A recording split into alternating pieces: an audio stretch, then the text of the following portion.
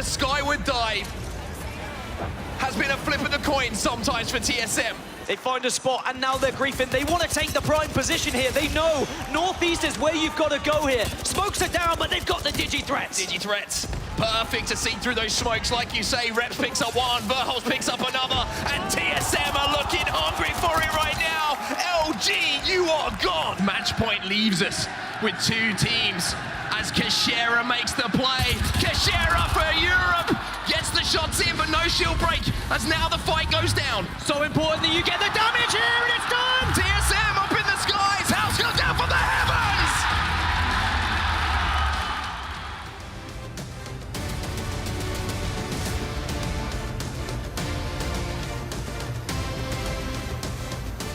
As I was standing on the side of that stage just a moment after they had hoisted that trophy, when TSM made history in London just a month ago, the entire Copper Box Arena was electric.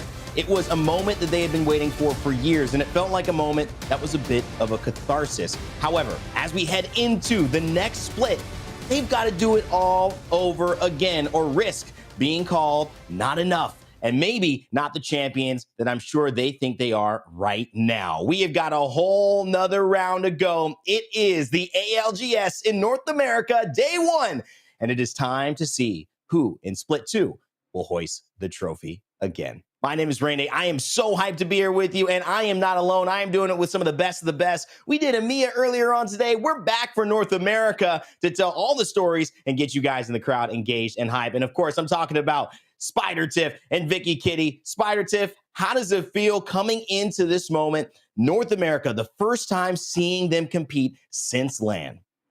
I mean, it's going to be rather exciting, and I can't wait. And we get to kick off with A versus B, seeing TSM and NRG going back to back again. We know that there has been the coveted question. We saw Hal answer it on LAN, but I feel like Sweet and NRG, they are just ready for a little bit more. They want to be the ones hoisting that trophy, you know?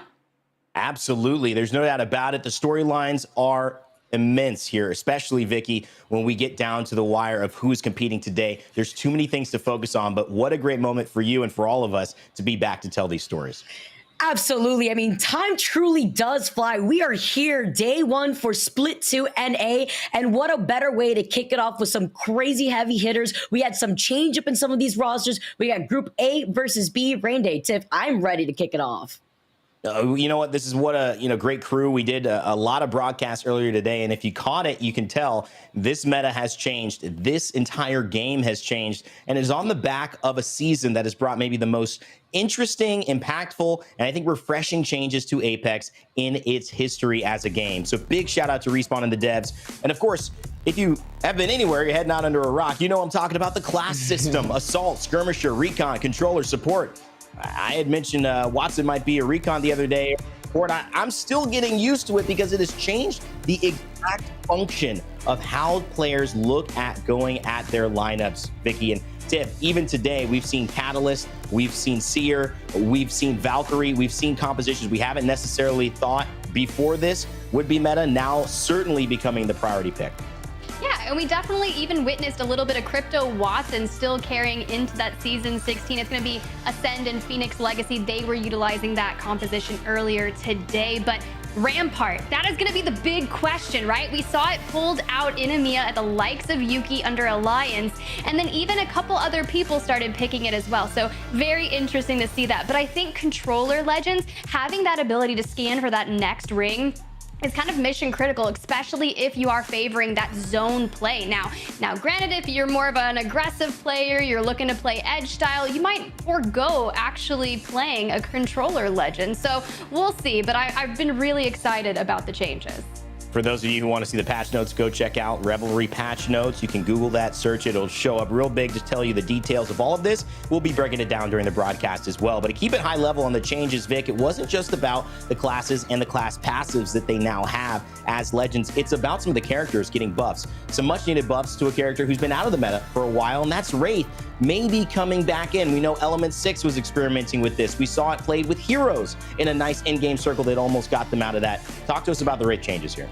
Yeah, we've been seeing some teams opt to go for the Wraith when it comes to closing in the gap, thanks to the buffs that we got to see with the portal, the max distance being doubled, the speed when she goes in her phase. It's always really nice to see old legends make their way back into the meta, but is it part of the meta? That is the question, especially what we've been seeing with the Catalyst and the Seers and the Bangalore and Seer. It's been difficult to determine which of these teams feel more comfortable using a gap closing character between Bangalore and her smokes or even Wraith and her portal. Let's not talk about bug fixes. Those happen as quality of life. But in terms of a character that hasn't gotten a direct buff to her abilities and now has found herself in the middle of the meta, that is Catalyst. Tiff, there is something that people have figured out. It started with Aurora playing it. They didn't get a chance to showcase it at LAN. We might even be half a season too late to this meta already being viable. But right now, it has certainly taken ALGS by storm. Yeah, it's really crazy. I believe it was around 42% for APAC South that people were utilizing that Valk Seer Cat. I know we'll talk more about the legend compositions in general, but Catalyst, they say it says defensive conjurer on the screen right there. So let's talk about her ability to just navigate doors. I feel like door fights, if you can put her in a building and she has that control, not only can she reinforce a door in half a second, but she has the ability to take it down, right? So let's say someone decides, oh, hey, I'm gonna push this Catalyst team. I'm gonna melee the door. I believe it's 4 or 5 hits. That Catalyst can just walk up, open the door, and one clip you with the R9, which also recently got a nice damage buff, and it's endgame. I mean, we've been talking about all of these characters, haven't even mentioned the brand new weapon, the Nemesis, because we've still got more characters to talk about that had changes. Most notably, and I think for a lot of people happy, at least Nasky said so, Horizon got a little bit of a nerf to her accuracy at the top of her gravity lift. She also has a 10% increase in the speed, which it takes you up. So Vicky, that's going to change a little bit of what players like, especially in EMEA Effect or maybe in North America, Verholst are able to do in terms of total damage when they are at the top of a probably not very vulnerable position on Horizon's gravity lift. Yeah, it's the gravity lift at the end of the day, too. Able to elevate you up from low ground to high ground in case you're in a tricky situation, or if you don't have a Valkyrie to Skyward Dive. Meanwhile, Skyward Dive also very risky on its own, which is why we've been seeing some Valkyrie-less compositions because of her utility use at the end of the game. But when we talk about Horizon, you got to talk about where her strengths still lie, and it's that black hole breaking down the doors, making sure you can put in some extra pressure with some grenades. And I'm excited to see how some of these teams opt to go for either Horizon pick, a Valkyrie pick. It really does depend on which of these teams and how they want to play either the low ground or how they want to play the rotations. And will North America be a trendsetter in different ways than EMEA is? We might see a lot of Horizon here. Notably, for those just joining us, it was not a lot of Horizon in EMEA. We'll see if that changes. Another character that might have some changes too is Crypto. Crypto obviously becoming one of those characters in almost all of Apex that was a valuable, good character and a nice pick. Now Crypto being able to scan the survey beacon to give you the ability to know where players are immediately on the map, but not that ring console information. So essentially competing with Seer in the information that now his passive brings. Tiff, we haven't seen that much, but there are still some teams like Ascend, top EMEA teams, that are going with Crypto. Yeah, Ascend, Phoenix Legacy. You think back to NA teams that were utilizing Crypto. You look at Oxygen Esports, the former Guard roster. Now Sentinels just recently announced. Congrats to them. So may we see it here this evening? Potentially, but with Seer being so prevalent and really just hard to navigate around without actually utilizing Seer themselves, it's a question, but we'll have to wait till tonight to see the answer. You know what I like about questions? Usually when you ask them, you get an answer. It may not be the one you want, but you usually get some type of answer, even if it's I don't know. And that's why I hope if you enjoyed this chat, you guys let us know in the conversation or in the surveys, because we're trying to talk more meta here to kick off these broadcasts and let you know what we're thinking. Let's head back to what happened in Season 1, though, because the Legend pick rate has been cemented for what occurred. There's a lot of characters here. Most notably, to me, I want to shout out Newcastle. He was kind of coming up and up. I feel like now all of the support legends have taken a backseat, at least in EMEA, in terms of being a part of these picks. Horizon, I expect to shift down as well. Vicky, I don't know, taking a look at this, what do you expect to stay the same or to shift? We got to talk about the Seer. The Seer is going to be a mainstay legend. I've said this time and time again, but the exhibition is too strong out here. Between the Catalyst wall, the Bangalore smokes, why not have a Seer for that extra set of information, the heartbeat sensor to catch any sort of rat stragglers trying to get away from your grasp? I definitely think we're going to be seeing Seer in basically every sort of team composition. And if we don't, it's going to be surprising to see how they're going to try to play around that. Well, I think when you look at what has happened in the past, you can get a clear idea of things that are probably going to be pretty good here. But what's going to be the best? A little bit of a surprise idea. I mean, when you take a look at how this meta has shaken up, it has been something that Alliance has pioneered as a interesting way to look at this. Maybe no Catalyst.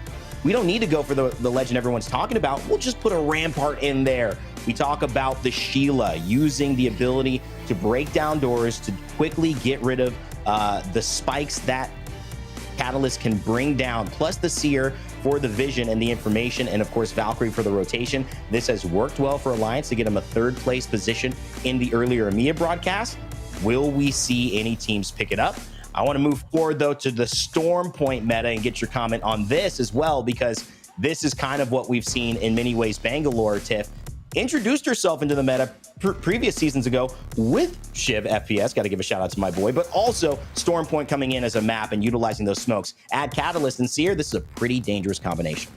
Yeah, it's 100% a dangerous combination. If you feel very comfortable pairing that Seer with the Bang and using it for aggressive pushes and like smoking them out with the Bangalore and using the Seer to kind of get that information through the smoke, and you probably have a digi threat as well. Bangalore, being that assault legend class, has the ability to open all of those weapon supply bins that I've even heard some teams have been kind of allocating their rotation around. They do spawn randomly, but that character can see them on the map. So you bring up your map, you're like, hey, there's a weapon bin over here. I'm going to extend out a little bit just to hit that, because you're guaranteed at least one slot for an optic. And those 4 special slots as well adjust based on what you might need or what your characters have. And of course, those digi threats are huge for the value of playing against and with a Bangalore. Let's head into, though, Vic, an important topic, not just what the characters will be played or where we'll be playing. It's who will be playing. What are the actual in-game characters, as in the players? Let's see, Group A, Group B, Group C. This is who has made it into your ALGS, North America Pro League. Vicky, your thoughts and just comments on this incredible roster of players who have made it to the top of the top in Apex Esports. Well, these teams are here for a reason, but I have to highlight specific teams out here. Also giving some love to Group C, who we're not seeing today. We're going to be seeing them tomorrow, but looking at Tripods, excited to see what they're going to bring to the table now here. Furia as well. That's going to be an exciting team. I know Dia is also very excited to see that too. Luminosity, of course, another team that I've always had on my sights. Optic Gaming coming in with Dropped. That's going to be shown today. Dark Zero, NRG, CLG, 100 Thieves, TSM, of course, FaZe. What are they going to bring to the table? So many different teams that I'm looking forward to. Lanimals, another team that I'm super excited to see how they're going to show up. Yep, I mean, you Avrolelli, Lou, Naughty, these are players that are so good individually, that have made names for themselves wherever they've gone, and now together, can they finally find the right mix? Is it going to be Avrolelli's time to really get back to that winning form? But who's playing today? That's what we've got in store for you. A versus B. We will be seeing all of these teams, Tiff, and I mean, just looking at it, narrowing it down, it's just as star-studded of a lineup here. Yeah, it's going to be really interesting. I mean, Phony is going to be that IGL over on FaZe, and I'm excited to see how those boys perform. Obviously, a lot of roster changes. You're adding Frex into the mix, and paired with Snipedown, who I had the chance to meet in London. Him and I believe, I don't know if they're married, but I know it's at least his fiance, maybe they're married, but both great people, Yasmin. So I'm excited. I want them to have a lot of success here. And you saw Snipedown on the desk for a little bit, but you mentioned it, Lanimals. Lou at the helm playing on Wraith, and you heard Graceful earlier during the broadcast talking about how the utilization of Wraith, having your shot caller on that, you know, able to look for abilities to play from. I'm just really excited to see Lou back in the mix. It's going to be great. You know, former member of Sentinels as well. Now Sentinels a whole new team. Previously the Guard. Lou trying to carve his own path. This is going to be an exciting showcase. A lot of drama here today. But I do want to make sure you guys know that when we talk about a broadcast, we spend hours thinking of who is the most important team to talk about. And yes, we have selected 3 to kick off today first in A versus B. I'm going to start with you, Tiff. Who do you have your eyes on heading into day number 1? Look, I mean, A versus B, such a star-studded lineup, but mine is going to be NRG, that redemption arc, the climb to the top to be able to call themselves the best team in the world. And Graceful was talking about it earlier, how Sweet has, or maybe it was Nasky, just the ability that Sweet has to just 200 IQ everything. You cannot beat this man. He is so smart, and just watching the plans that he has coming up against all of these other teams, I'm excited to see it pan out for them. Sweet repping that Bangalore has been very consistent and put a lot of reps on them. I wouldn't be surprised if that was kind of the composition that I saw moving forward today. I had a chance to speak to Sven, the NRG analyst, and he said, you know, we are going to be playing hard edge. We're looking to kill everyone and to cement themselves at the top. So let's see if they can do it. Sweet with the 900 IQ plays, I gotta talk about a team that we cannot ignore. Our playoff winners for our first land out here for 2023, coming out of an insane win of the split win playoffs in London. Between their decision making and their quick grasp of the new meta to come in season 16, I'm still expecting TSM to continue on with their domination for split 2. While they stay ahead of the rest of the competition, it's about staying ahead of the other teams that are making some of these adjustments. We are already seeing that in EMEA with Rampart now creeping into the meta to try to combat that of the Catalyst wall. But TSM has always been one of those teams that has no issue just readjusting on the fly in case they need to. Shout out to Raven for always trying to call that out and TSM executing that amazingly. I'm excited to see what TSM's got in store for us today. Well, you two made some good points. I'm talking two of the best, if not the absolute best IGL in the game, which is Imperial Howl. No question after the win in London. But NRG Sweet, he got to second place. A team that we thought might be hoisting the trophy for the third time, though, was Dark Zero, and it ended a bit disappointingly for them. They didn't get to match point, although they made it into the finals, and they almost won one of the games. They might have even actually won one of those early games. It was looking like there was a chance for Magic, but it was the first LAN event they would show up to in the last 2 years that they did not hoist the trophy for, and that has got to light a fire into them. They moved from APAC South to North America to play against the best of the best. They were tested, but they made it to the end again. Can this be the time that they get back on top? A lot of questions that are going to be asked of Jen Burton, Sharky, and Zero, but I think they can answer them. Incredible opportunities, incredible big names, incredible winners at the highest stage of Apex Legends, and it's almost too much to watch. So don't worry, you don't have to keep it all on just one flat viewpoint. You can actually add all of them with the award-winning multi-view. Back for the ALGS Split 2. Go to the command center and choose the POVs that matter most to you, whether it's Zero or whether it's TSM, Imperial Howl, or maybe even if it's checking out on some of the newer teams like LAN and seeing how they perform and how their comms are. Add them all together and watch the ALGS your way. Make sure to check it out with multi-view. Just go to our command center and take advantage of it. All right, here's how we start the day. It is going to be World's Edge. For those joining us, for the first half of the split, we are going to start on World's Edge. So that'll be no different for the next few match days. Then we will rotate onto Storm Point, which is where a lot of teams tend to either succeed in a big way or find their first struggles. Going to be extremely important, though, to start off strong because you know the competition in this lobby is about as good as it gets. I cannot wait to see what we do here heading into this next split. It is such a fun time to restart all of the drama, to restart all of the stories, and to give somebody a chance to maybe make a name for themselves or to further cement their legacy in this wonderful burgeoning esport of Apex Legends. I'm excited. I'm hyped. My name is Randy. I hope you guys are hyped as well. We love you in the chat wherever you're watching from around the world. Sit tight because guess what? Game 1 is here, and I'm here to bring you two of the best in the business to cast it. It's Spider Tiff and Vicky Kitty. Thank you so much, Rain Day. It is time, Vicky. We are going to get to see North America for the first time in Split 2. All of the changes from the past 30 days, the roster swaps, so many things have culminated to have this moment. Who will be hoisting that trophy? I know Rain Day was talking about it, but this is just the beginning. I'm so excited, Tiff. I can't believe we're already here for Split 2. I feel like LAN was literally just last week. Now we are here to showcase some of the best talent in all of NA, and I'm so excited to kick things off with you here too for our first game on World's Edge.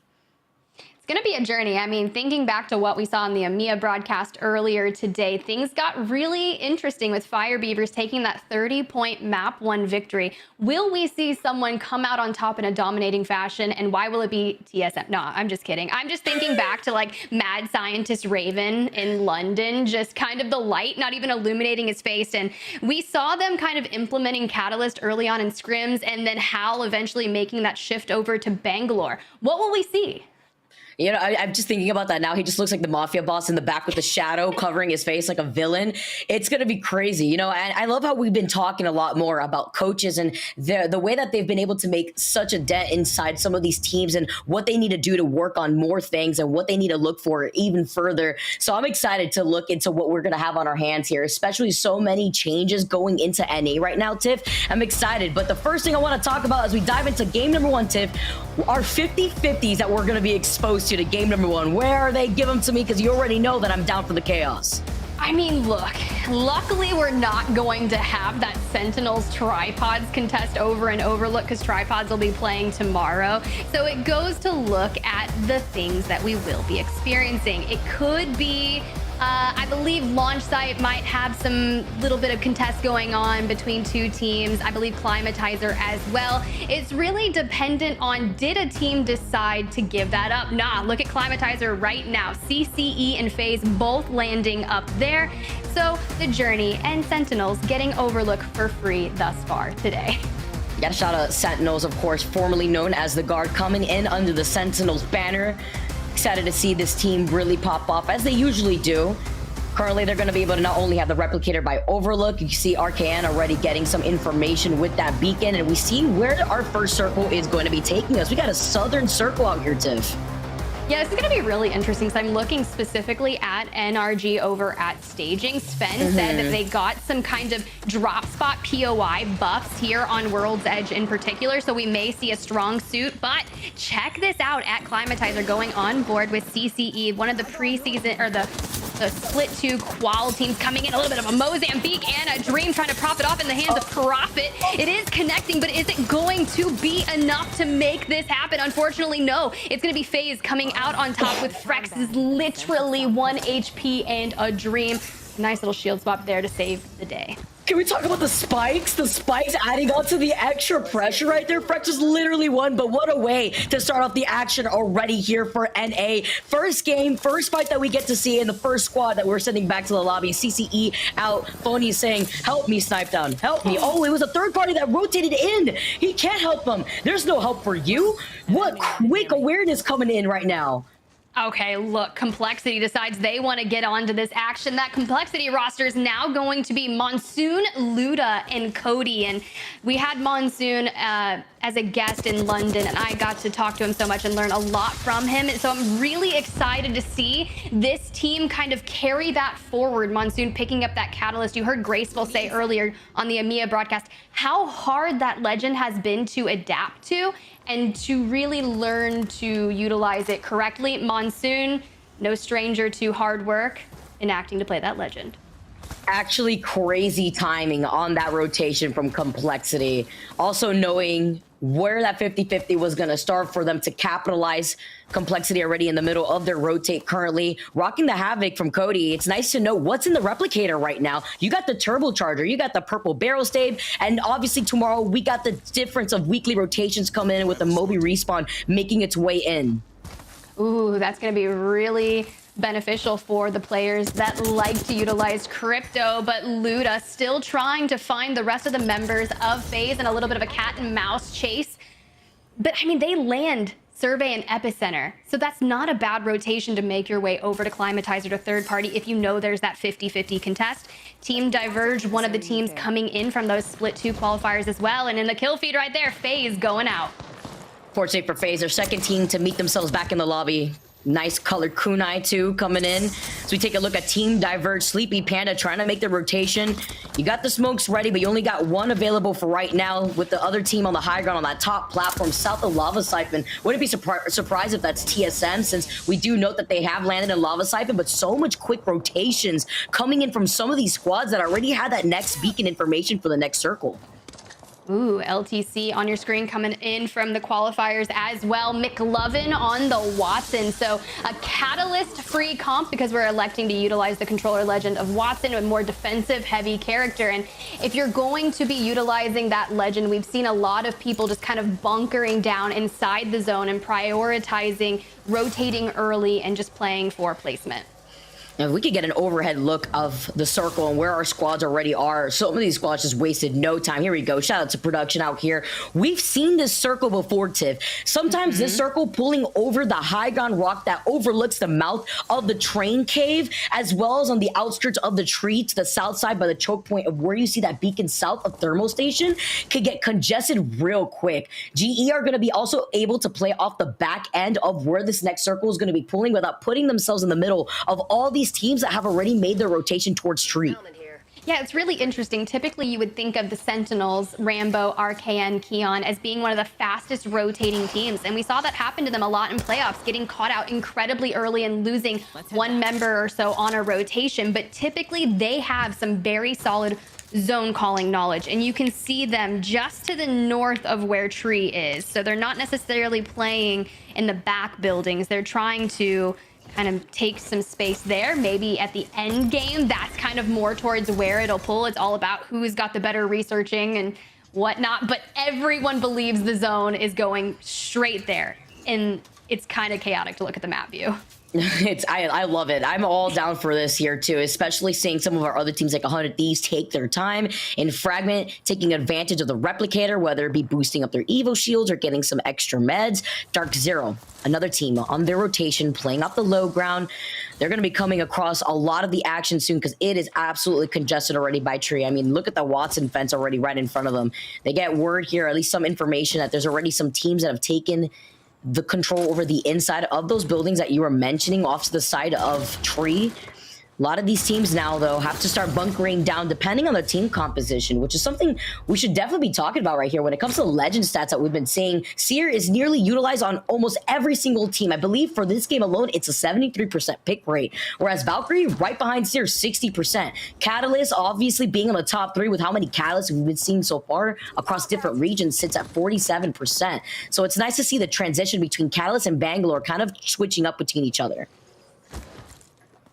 Very unique, a little bit of calm before the storm as some teams are just trying to keep their building safe. Complexity very far on the outskirts of the ring. Now, if you think back to the old Complexity back in Split 1, granted some roster changes have enacted, they were also one of the quickest rotating teams that I remember. Like, they would be set up in Godspot and Geyser on World's Edge and fall to NRG Challenge for them, or even that happened to them in Launch Site and NRG Oob play. So now seeing them all the way out in the ring, gonna go ahead and hit that beacon. We wanna get that insta scan and see just who is around there. Now, granted, it's gonna ping the enemy teams as well for that short duration, but this should kind of give you a good idea of which way you need to navigate.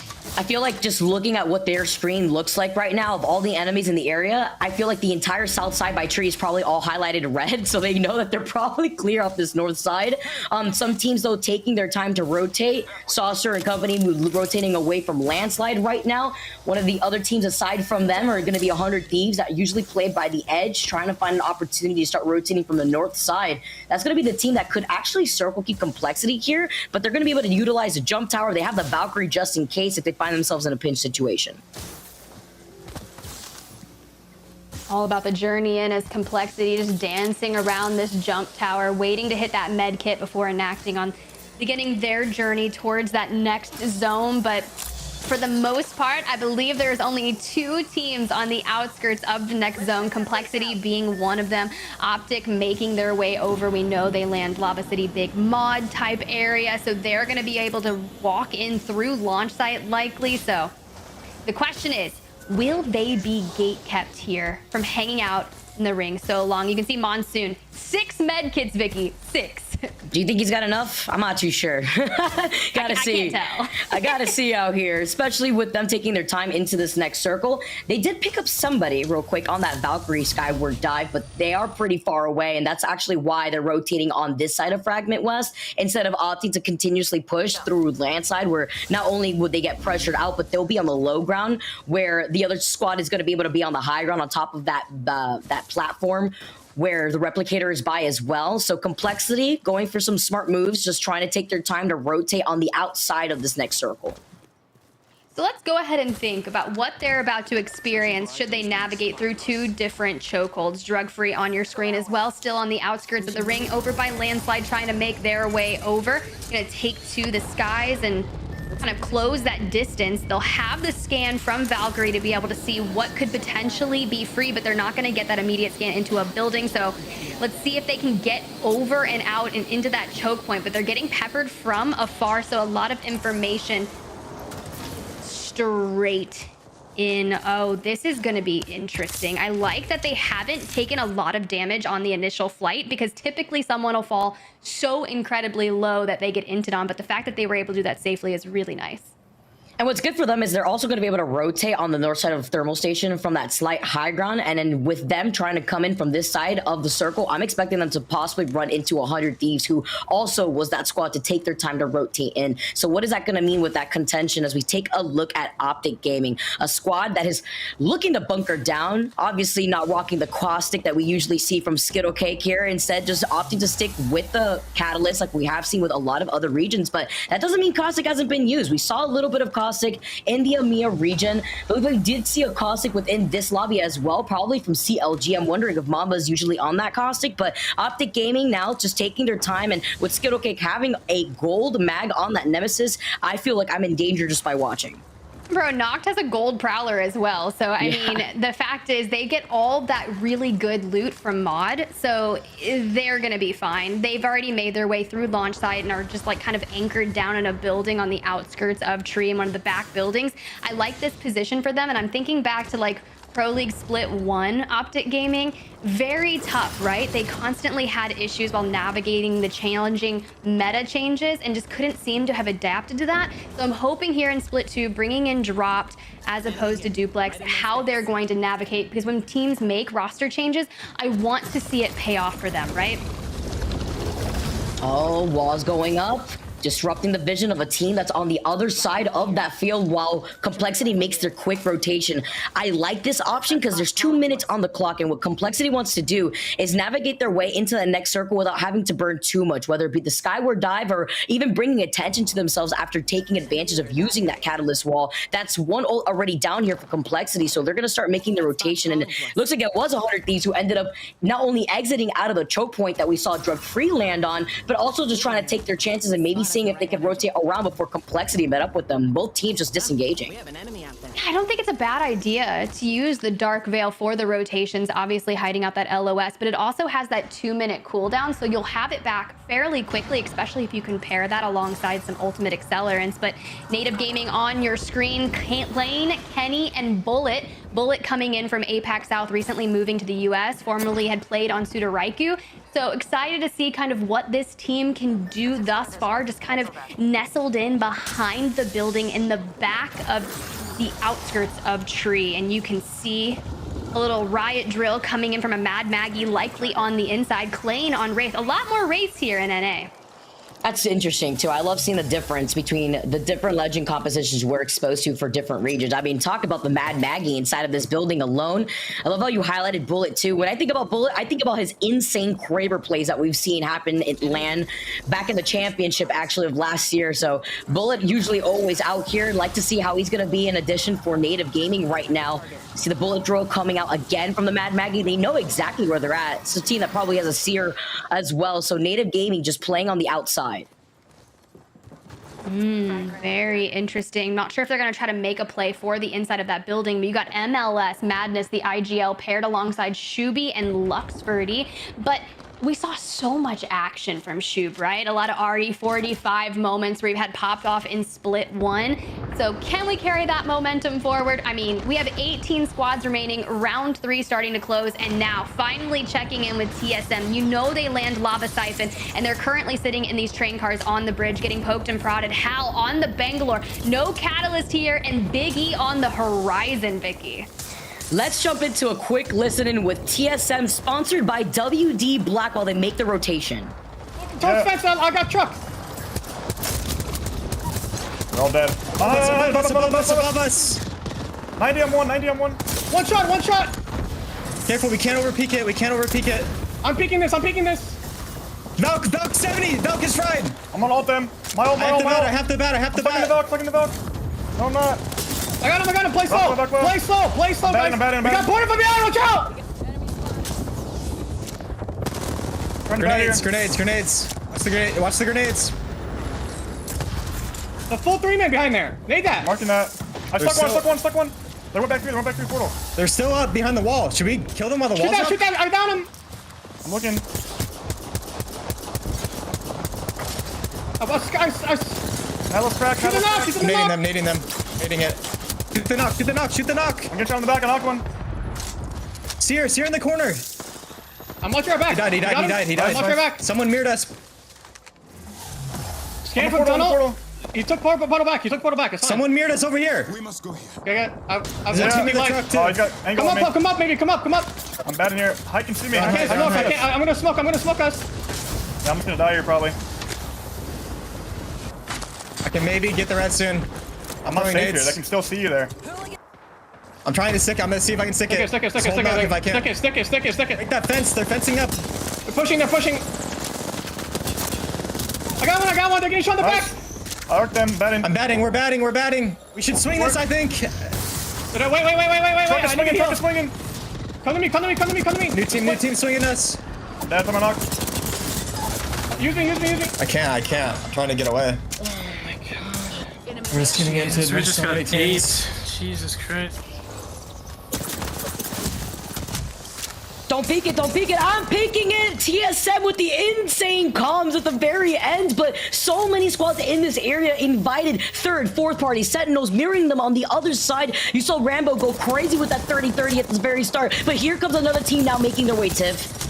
I mean, you've got Glitch Energy, Funk, Tech in the mix, just RKN last alive on that Crypto, and we know that Cryptos have the ability to try and go for the reset, but you have 12 squads remaining with round 4 closing. It's chaotic, and just like that, Tech deals the finishing blow to Rambo. Sentinels going to be eliminated, and now meat lovers are making their way relatively with ease into that next zone. So you go to think who is going to kind of take you on, right? You're on the low ground. You see the exhibit up on the right-hand side. You've got Lanimals, Naughty, Alberlelli, and Lou. Lou's going to be on that Wraith. Here's where that portal is going to come into play. That double distance all the way out to 152. Lou going to fall. Naughty. No, that is not what you want to have happen. But between Glitch Energy and NRG, they are taken down, but NRG Guild last alive for the team. This is unfortunate. Renegade Lobo with the bracelet toss off to the side while Lanimals gets taken down by also the team inside of these buildings. Optic predicted this circle. They were also bunkered down inside this building from the very beginning, so they could be taking some shots while Glory on the underside of the tree is trying to find their way around the knockdown shields. He gets taken down, and here comes another squad. Meat lovers get eliminated, and it's a Guild now as a solo just trying to find an opportunity to prevent the res.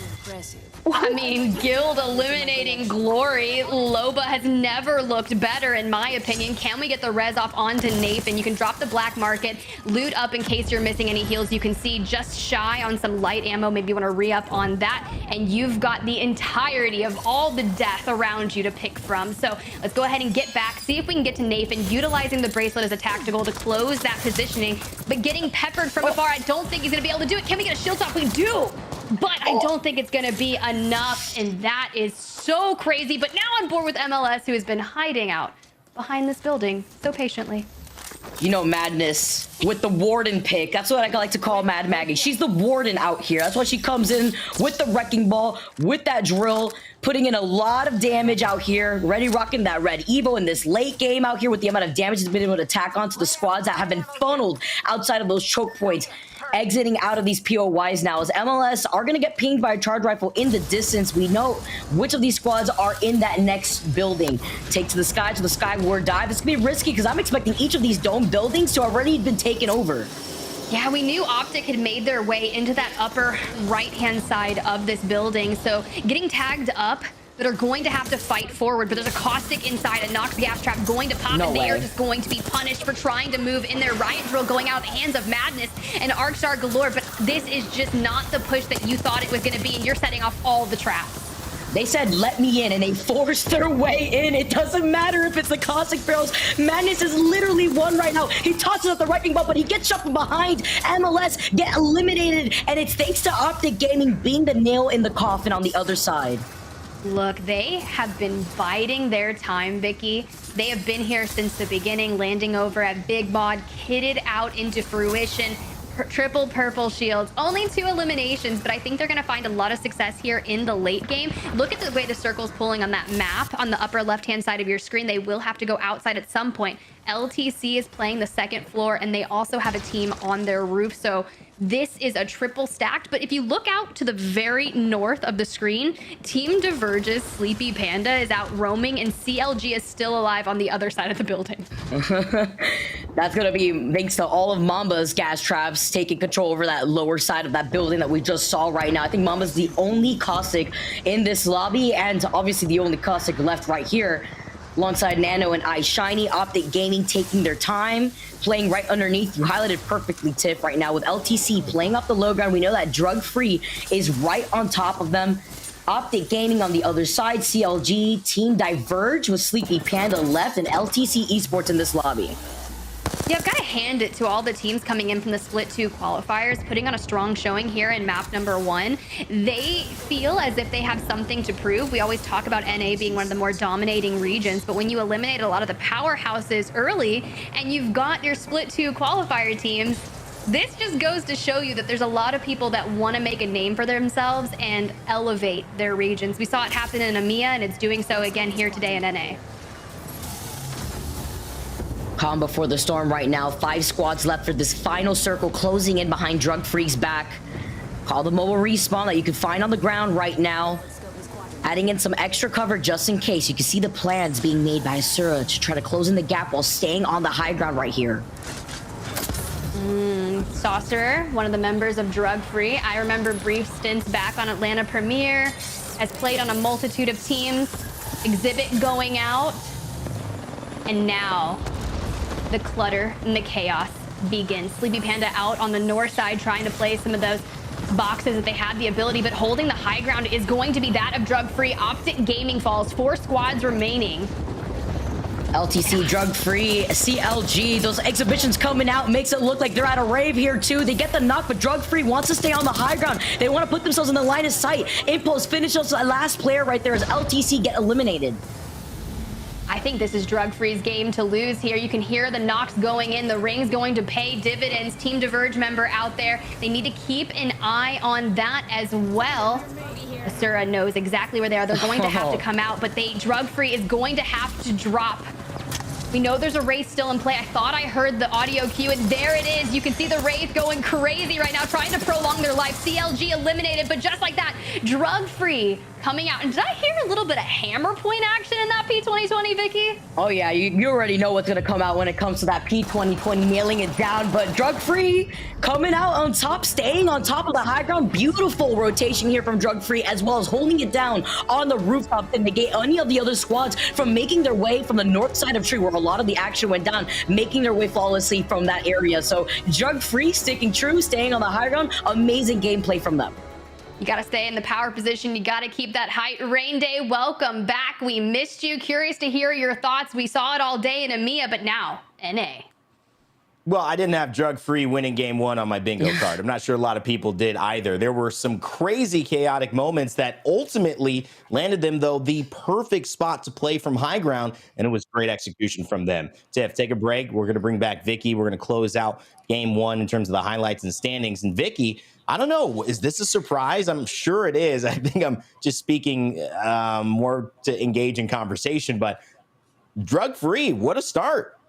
I've seen each and every one of these individual players have their shine moments, and Drug Free is a very strong team. The thing is, there's so many other strong teams in NA, so it's easy to overlook this team, but they played that so smart. They didn't know if there was a rat on the other side of what was left from Team Diverge, so they played that better safe than sorry. We saw the play come out from Sleepy Panda, what Sleepy Panda could do best, but it was Drug Free as a 3-man still up against the one solo rat that is the Wraith. I do really like to talk about the different compositions that we're exposed to, though, in NA versus EMEA. A lot more Wraith than I was expecting, Rain Day.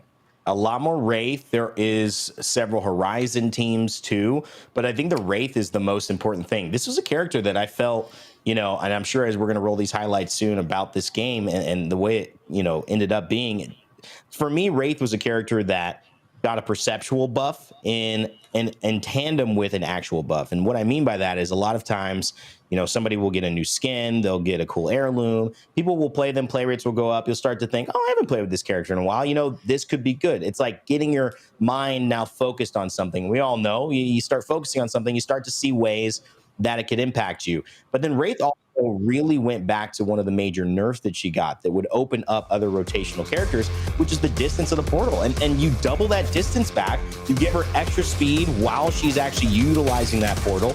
And I think you literally have a character that is going to be coming back into the meta. Yes, maybe not for EMEA, maybe a little bit for EMEA, but a lot here for North America. And I think that's really encouraging to give us even more diversity, Vicky, as we are now heading into, you know, our game 1 highlights. Yeah, I also love to mention, looking at the fact that Wraith was played more by one more team versus Horizon, which is something that we don't usually see. And this is also the very chaotic section of the game right now with 16 squads left. I believe it whittled down to like 11 squads, 10 squads after this exact fight went down. Yeah. TSM were wiping squad after squad, but then here comes Sentinels moving in. Rambo getting the first knock. Then they get fourth partied right afterwards by Meat Lovers. So a lot of action happened right here underneath this railroad. Well, if you see the flowchart, I believe it was made by Tanya. Figure it out, because I'm sure it was retweeted by Play Apex Esports, myself, and a bunch of other people. You could see that NA has been crazy, almost too hard to keep track of, unless you had a graphic that beautifully displayed of who went where. And that's kind of what we're seeing in terms of this game 1. It was almost like the chaos of the actual roster swaps felt like they were happening in game, where MLS, then Meat Lovers, then TSM, then Sentinels, and everyone was just back and forth until you finally got a little patience here at the very end. So does that mean Drug Free maybe was able to be out of that chaos and kind of hold a more stabilized game? Or maybe we're just seeing a team like Phoenix Legacy, like Eternal, like what we watched earlier, you know, in EMEA, having a pop-off moment at the start of a split that helps them to get themselves on the map, and I certainly hope so. Team Diverge as well, big shout out to them. CLG, LTC Esports, and Optic Gaming. If you guys had these 5 teams finishing 1st through 5th, I think you would have been you should go ahead and buy some lottery tickets right now, because that is an incredible start to NA, Vicky. But NRG still trying to hang in there. Look at this back half 10 though, and I want you to react to this. Some big names not getting it going quite yet. It's surprising. I also really like to see Meat Lovers with 8 KP. That's actually insane. Sentinels with 5 KP to their name. We saw all the action go down in the highlight clip that we were talking about earlier before.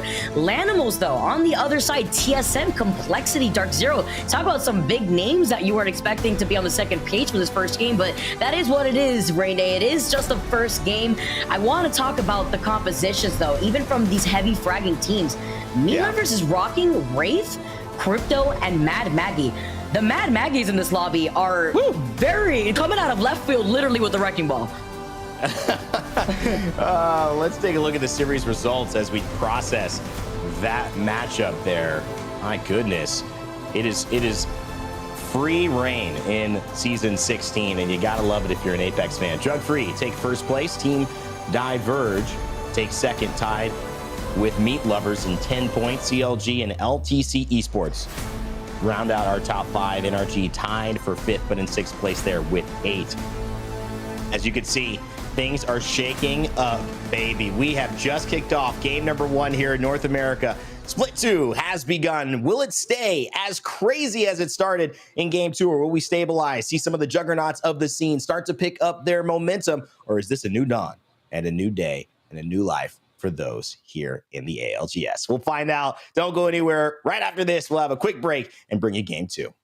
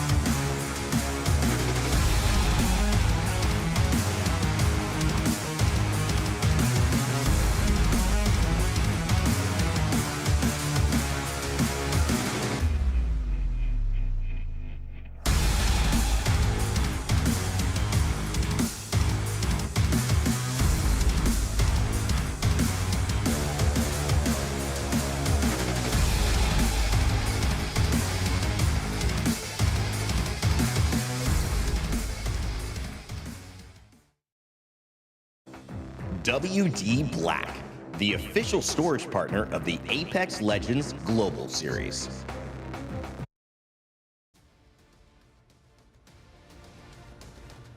Game of the day, our second half of our first day of our second split as well. Vicky, could you keep track of that? Because I could barely say it. But guess what? Split 2 is here. It's game 2. And we already did broadcast today. That's basically translation. Renee and Vicky on the mic. We're going to be casting this one. And our job today, Vicky, is to unfuddle, unconfuse potentially some of the minds out there as to what's going on. And also get a grip onto a North American landscape of Apex Legends that has started very scattered, started very without a lot of foundation. And I think, as you can see, that is where this meta has left these pros, trying to figure it out, not quite knowing yet in terms of some of these rotations, getting things wrong on the way to getting things right. And I think as a fan, and definitely as a caster, even though we don't know as much cemented as the concrete way to do it, it sure is exciting to watch. Talk about exciting. I mean, I was over here in the short break that we had wondering, all right, we got the Ward, we got Mad Maggie out here, we got the Bangalore coming out. Obviously, we've been seeing that, you know, as kind of like a replacement to Catalyst, but utilizing those bins that Bangalore could take advantage of with the Digi threat too on top of that, where you get that to take advantage of your smokes. That's something that we're seeing from TSM too. Team that we're not seeing really rock scan characters. So I think it's been a very interesting game number 1. While we dive into this game 2, it looks like we have another Western Circle on our hands, Rain Day. We certainly do. Landslide. You can see staging Mirage A Trois, the brand new name, as the Mirage Voyage is back in with Season 16 of Revelry, a fun location. Oh, and we get an immediate start with FaZe. My goodness. Looks like Phony might have been sped up there. That's just how fast this fight is going. CCE Shiny getting taken down. It's sniped down here. It's going to pop a shield battery. Why not? 3-2 advantage. Should be an easy cleanup there. Just don't make any mistakes. And it'll do. Uh-oh. It's taking too long. Complexity is just going to make their way from Epicenter. That's why they rotate so quick. FaZe now going to be able to have the advantage, but they need to finish up this fight as quickly as possible. There you go. That's the shooting from the distance. Price gets taken down by Monsoon, who has the charge rifle. And he's got to pop this. This is a very fast one. And luckily, they are together as a team. If that came just a little bit earlier, would have stopped the res, and that would have really allowed Complexity to go for a real 2v2. But now it's back to a 3v2, despite Frex not having as much health. If anybody can collect something like this mechanically, it is Monsoon. But the reinforcements are already coming out from Frex. This new squad, both these teams being in London, finding a new home in FaZe Clan with the likes of Snipe down. Cody up on top here. Luda back up, as well as Monsoon. Maybe it's just best to get out of here, Vicky. They wanted to go in for the proper third party, but after history and already knowing what to expect, FaZe backed away in time, and I do believe because of that, there is still one member left of CCE who managed to get away. It wasn't a cleanup on that squad. Obviously, we still have 20 squads still left in the lobby, but we're down 2 players. So CCE forced to play this out as a rat. Not too sure which of those players are the ones that get away. If it's a support character to get those banners all crafted up at a replicator, but Complexity now neighboring the other side of Climatizer while taking their time for this fight. Now the circle is going to be closing in soon, and they are going to have to travel toward that southwestern side. And this is going to be a problem, especially if Monsoon keeps hitting these shots, because it's not just the damage, the easy value from the massive amount of single bullet efficiency the charge rifle brings to the table, but they're going to get purples pretty soon. A couple more shots, and that's 3 purples. Complexity, though, feel that it's not worth engaging. Too much risk, not enough reward, and they'll start heading away towards Epicenter, climbing on the other side of things as we start a little bit spicy, but not too spicy. No teams down quite yet in North America, but you can tell nobody is afraid to take a fight here. Also got confirmation that the last member of CCE is Sauce, who is on the Seer, so not going to be able to replicate any of those banners if he didn't get to obtain them originally in that fight. I like the decision from Complexity to call off on that fight while we take a look at other teams like Sentinels over here by Harvester. Harvester getting congested real quick here too with a skyward dive right over the head of Rambo. The squad's going to be able to hold that high ground by that hill, but it can be risky sometimes to hold that hill early on with teams that rotate away from landslide. You could find yourself pinched. TSM in a low Harvester spot, which is a great place to hold, depending on the pull. You got a lot of access to be able to hit that choke before, and a lot of teams coming from either a southern or an eastern side, you'll be able to have some decent KP opportunities on their rotation as well. So, Sentinels, skyward dive just to the high ground, taking advantage of Keon and the Watson perimeter security, doing just that, giving them a little bit of space on the outskirts for them to try to stabilize, hit some repeater shots, and get those whites up to blues. You can't imagine, Vicky, just how dangerous it is to have a white in a lobby like this. It's just half a second, not even, and you're down. So you got to get those up as soon as possible, especially if you're playing an open land there with not a lot of easy loot. Yeah, so you see sometimes, depending on the circle too, you see some teams not only take their time depending on their composition, but take advantage of the replicators. Just use replicators to boost up their Evo shields while they make the rotation in. The one team that I could think of is Optic. Complexity being another team that's probably going to take their time to rotate in and away from Climatizer. Now, as we do see the circle closing in, Dark Zero still on the high ground right now. Going to be sharing some of this space of Harvester. We just saw Sentinels here earlier on. They made their quick rotation with the Skyward Dive. We saw TSM right underneath Dark Zero at one point. This is probably the team that had Skyward Dive right on top of this hilltop originally when Sentinels saw them. Two-time land winners out of the last three. Dark Zero disappointed to not have gotten a match point to have a chance to compete in London. They'll be looking to get that same opportunity again. It'll take a big season, but feels like they've gotten their feet wet in terms of what North America brings to the table. It was a late qualification, actually, a final day qualification that allowed them to even make it to London, which would have been a true disaster for a team that fully relocated all of their members across the world to play in a different region. But now a better day for Dark Zero fans.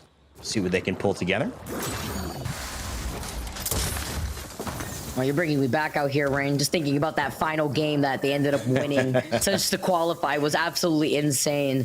Close. Got to see what they could bring out here for Split 2. Want to be a little bit more comfy without playing on the edge, especially when it comes to qualifications. I think that's the big thing they've got to bring to the table now. Just getting to the place where they know how bad that felt. I'm sure that was not a fun way to qualify, and they've got to have some urgency in the first half of this split, which it felt like they didn't, but for good reason. I mean, it's a totally different challenge, quality of play across all 10 teams, all 20, all 30 teams.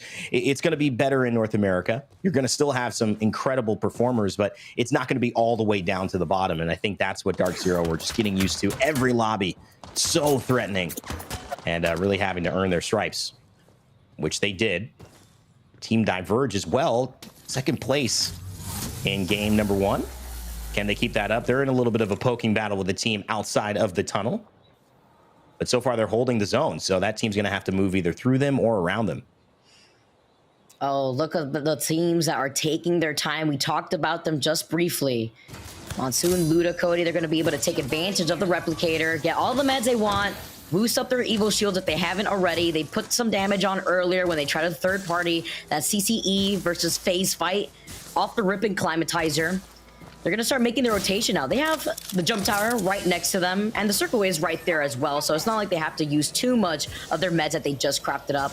I also really like how you highlighted Team Diverge. Sleepy Panda coming out, getting second place as a solo. Nobody could push Sleepy Panda because of his positioning inside one of those open crates where it would have left you open. But still, even though they got 1 KP, that's the power of just staying at the very end of the game to get those placement points, to multiply the KP that you could even get. Complexity, another team right now, looking to make the comeback after a rather lackluster first game. I mean, it was just the first game, but they got 12. Able to obtain 2 KP to their name after that 50-50 drop. Optic Gaming also making the rotation into this next circle right now. Out of that circle, just trying to see where everybody else is here. Optic Gaming, as they land, hopefully landing safely. What does last season hold for them? What was the record? Well, disappointing. No other way to describe it. A team that we thought was one of the best in the world did not show up, did not really play a part in London. But I think that's a great opportunity for them to reassess and readjust. They've added dropped in place of dupe.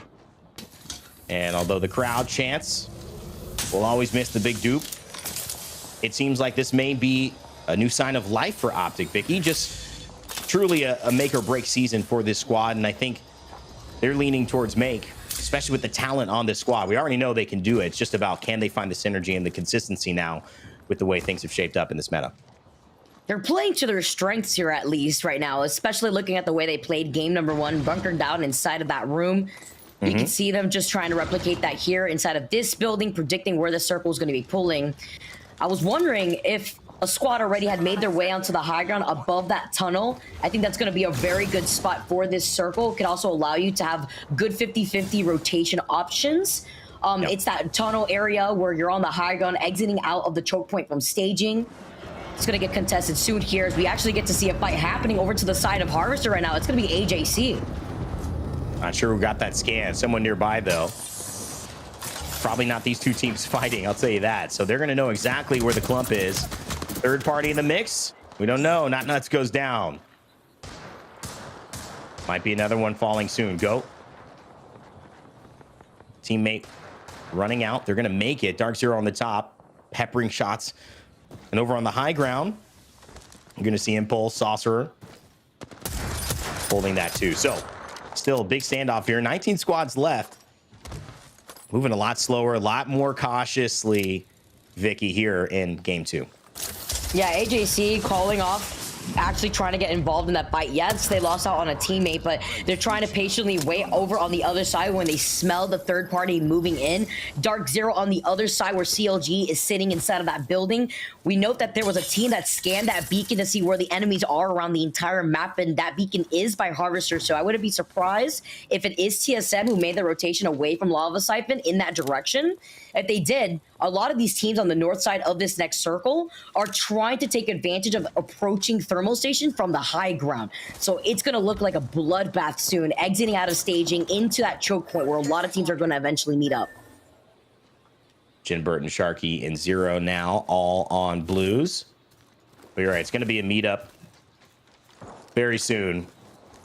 Whether by volition or by necessity, hopefully they can choose their own terms on how they show up.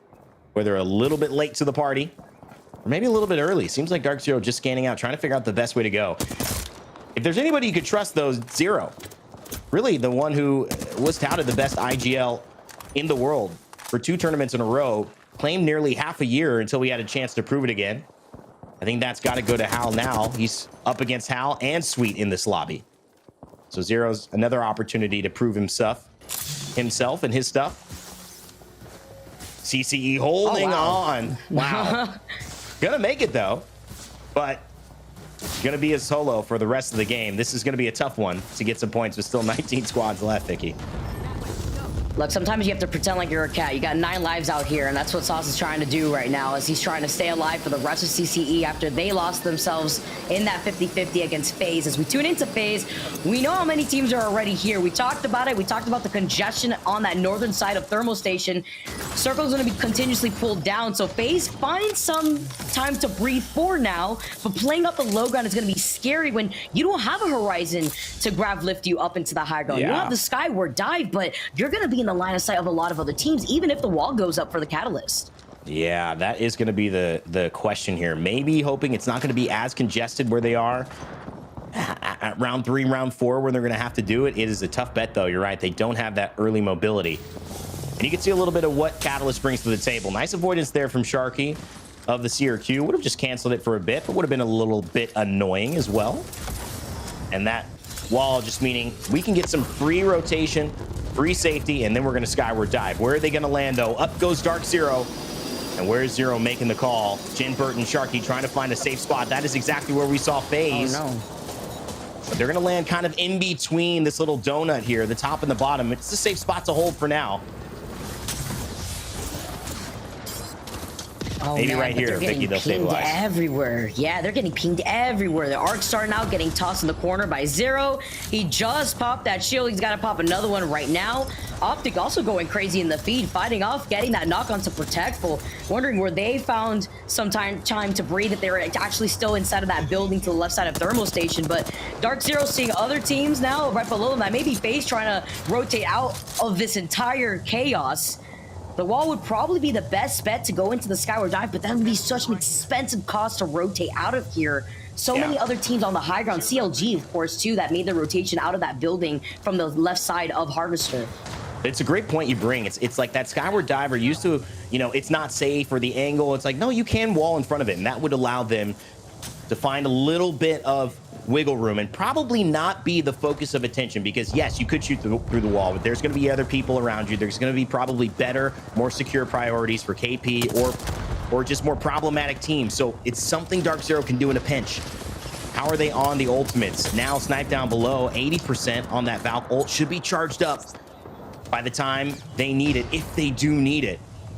Not Nuts up on top as a solo, going to be able to get the res. There's the Catalyst wall as well, and it's going to work. I love the ingenuity of this. I love it, but like Tip mentioned in game number 1, it's expensive. It takes 2 minutes to just get that right back up again if you don't have an ultimate accelerator. I mean, basically what Bangalore could do when you hide behind those smoke grenades, but still finding the information off of the Seer attack. This is why we see Seer so much now that there's a lobby ridden of these catalysts. You're still going to be able to get the information right through that wall. But I think that's expensive too on the side of Snipe Down and FaZe, because they've had to use that. And, you know, I think at the end of the day, when you consider the fact that there are going to be ultimates countering ultimates here, it's about who ends up winning the trade. Everyone's going to have to use something. You're not going to get out of this walking scot-free with some G7s and an R9 saying, what's up to the party? You're going to have to spend. But it's about what's the value you get when you spend. And if you stay alive, well, that's important. 17 squads left here. And you know it's about to be round 4 closing. That means a lot of squads are about to die very soon. This is the chaos on the north side of this circle, where we were expecting even that high ground that we mentioned earlier before on the top of that train tracks is still available in that next circle. These rotations now as Drug Free are looking to clean up the KP while they circle keep this squad right below them. The beam is between the G7 and the Nemesis doing the deed, taking care of Jen. AJC get eliminated. Drug Free already popping off here. Game 2, staying in first place already. A couple of other kills. That's Dark Zero. Drug Free take out APAC South, now North America's second most land-winning team, as they continue to put on a show here, a clinic in the first couple of games. We did not expect this, but Drug Free making us say their names as we head into 17 squads, now 10, Vicky, in a matter of like 45 seconds. This is insane. All the action between the north side now as Drug Free makes their way in. TSM got taken down. We saw what happened to NRG. Now we have 100 Thieves playing off the low ground of this building. And look at this chaos. Optic Gaming made the rotate outside of the building from the west side of Thermal Station, now playing on the other underside of where these zip lines are. You see Naughty now playing off the high ground. Optic Gaming trying to engage in this fight. They have the digi threats necessary through these smokes. Oh, and it's just 2 up top from land, but they're making so much work done with 2 players only.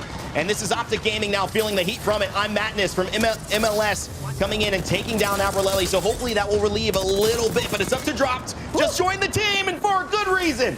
Takes him down. Dropped finds Naughty. That was the end of land up on top, and maybe there's something special here. Dropped checking his 6, his 9, his 12, his 3, everything. And now trying to figure out if he has time to be able to get up his teammates. Optic still with a chance here. Is that bullet playing off the lip of the rock like Skyrim goat climbing over to the side of the mountain? Actually crazy, as he was the one trying to pressure Optic. 100 Thieves getting pressure themselves. Tries to go for the res. Needs some backup from Amu. He sends out the Seer attack right now here too. You can see the catalyst spikes as well. Just trying to not only disrupt some vision here, but maybe trying to find an opportunity to force 100 Thieves now to rotate around after losing out on Scurry. Yeah, better play though. I think just get the shield swap. You don't have to hit a shield battery. See what else you can do. You were lost. They had high ground on you and low ground, and there was a Seer above you for sure. What can Vaxlon and Onmu do? 100 Thieves had a bit of a rough go over the last couple of months, trying to get back to winning form, that top 5 kind of form that they were in at the championship. last year. Big shot there will eliminate Native Gaming, earn them an extra point. 7 on the board for 100 Thieves. No chance, it seems like, to get a mobile respawn. So what do? Get a little aggressive here, going to high ground. Vaxlon taking the top of the building. Is he going to try to pressure this? Oh my goodness, Optic. They Optic's found, out. yeah, they found the trade between Bullet here too. That means MLS, Optic Gaming, they are out of here. That was actually insane. Over on the underside of where 100 Thieves now is holding the high ground on top of this building. Vaxlon saw that one team climb over the fence and said, nope, I'm flying all the way to the top of this roof right now. You can't force me out of here. It's Impulse, Asura, and Saucer on the low ground. Sharing that, though, in the building right next to GE is going to be FaZe. Yeah, big time stuff from FaZe, big time stuff from Drug Free, who are 4 other teams away from being back-to-back winners in the opening day of North America. But 100 Thieves staying up on that high ground. It's going to be a tough team to fight. It's going to be a team most players don't want to fight. Most players can't really fight. I don't know how many Horizons are left here, but the only way that's going to get them up to that height without getting shot by the other teams is going to either be a Valkyrie Skyward Dive, which may be beneficial to buy some time, or it's going to be a Horizon. I don't think many squads have that second option, so they're just going to have to fight what's in front of them. 100 Thieves could skate away. We'll see. Drug Free looking to make it 2. Sorcerer goes down. Will this be Drug Free going back to back? Let's bet on the Cinderella story and see if they can do it. Let's go to a listen in, sponsored by WD Black, and see if Drug Free can make it happen. We can slide right there. I have smoke and just right under here. Just right under here. Okay. We keep smoking our feet. This team is still above us. They swung. No. They're on the other roof. Are you sure? Can you see that above? Yes. I just saw them. Yes, I just saw them. No one on our side. They're all on. We need to get out from underneath that thing. Yeah. Okay, we're gonna slide on the right side, and I'm gonna digi, and that's all we're gonna do. Okay. In this door. Yep. I have my ult.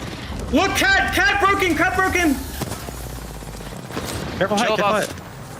I have to bat. There's a cat thing on me. Can you break that? Oh, it's in the door. Can we swing to underneath the overhang? Right here, on me. Yeah. This is Can we shoot these kids through the... Look, there's a crack. If they swing, we can shoot them through the crack. Yeah. I have Bangle. There's a guy swinging the backside. What do you think about if I smoke this and we play that? You might want to smoke and play out there later, yeah. Like, really late, though. Really late. There's a team on the other side of this. Nades. I'm ulting. I'm Bang ulting. I'm gonna die nades. Got the battle.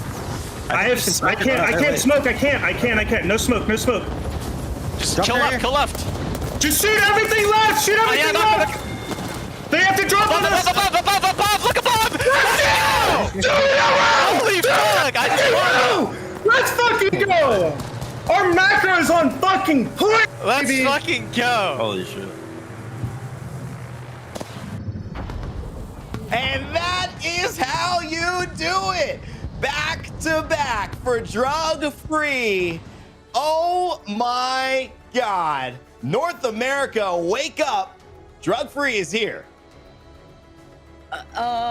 Drug Free? I love the comms. Their macro is on fire. They are something else right now. Their positioning outside that building had me on the edge of my seat. I was scared for them. The Digi-Threat came alive. The Bangalore smokes helped them out so much. Not only clouding where the other teams could see them, but they were playing off the low ground. They were not in the best spot right there, and they came out on top. Tiff, what'd you see here? Drug Free go back to back. I'm sure you were just as shocked and impressed with what they're putting together.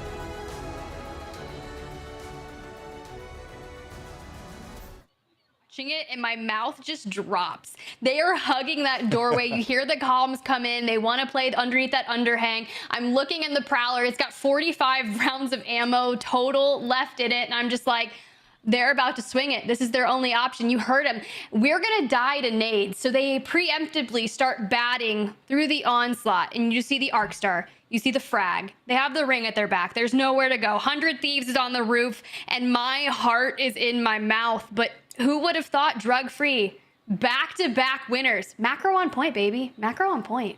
Macro on point, but it's more than that. It's the fact that they are playing these moments so perfectly from a micro perspective, too. You even talked about it.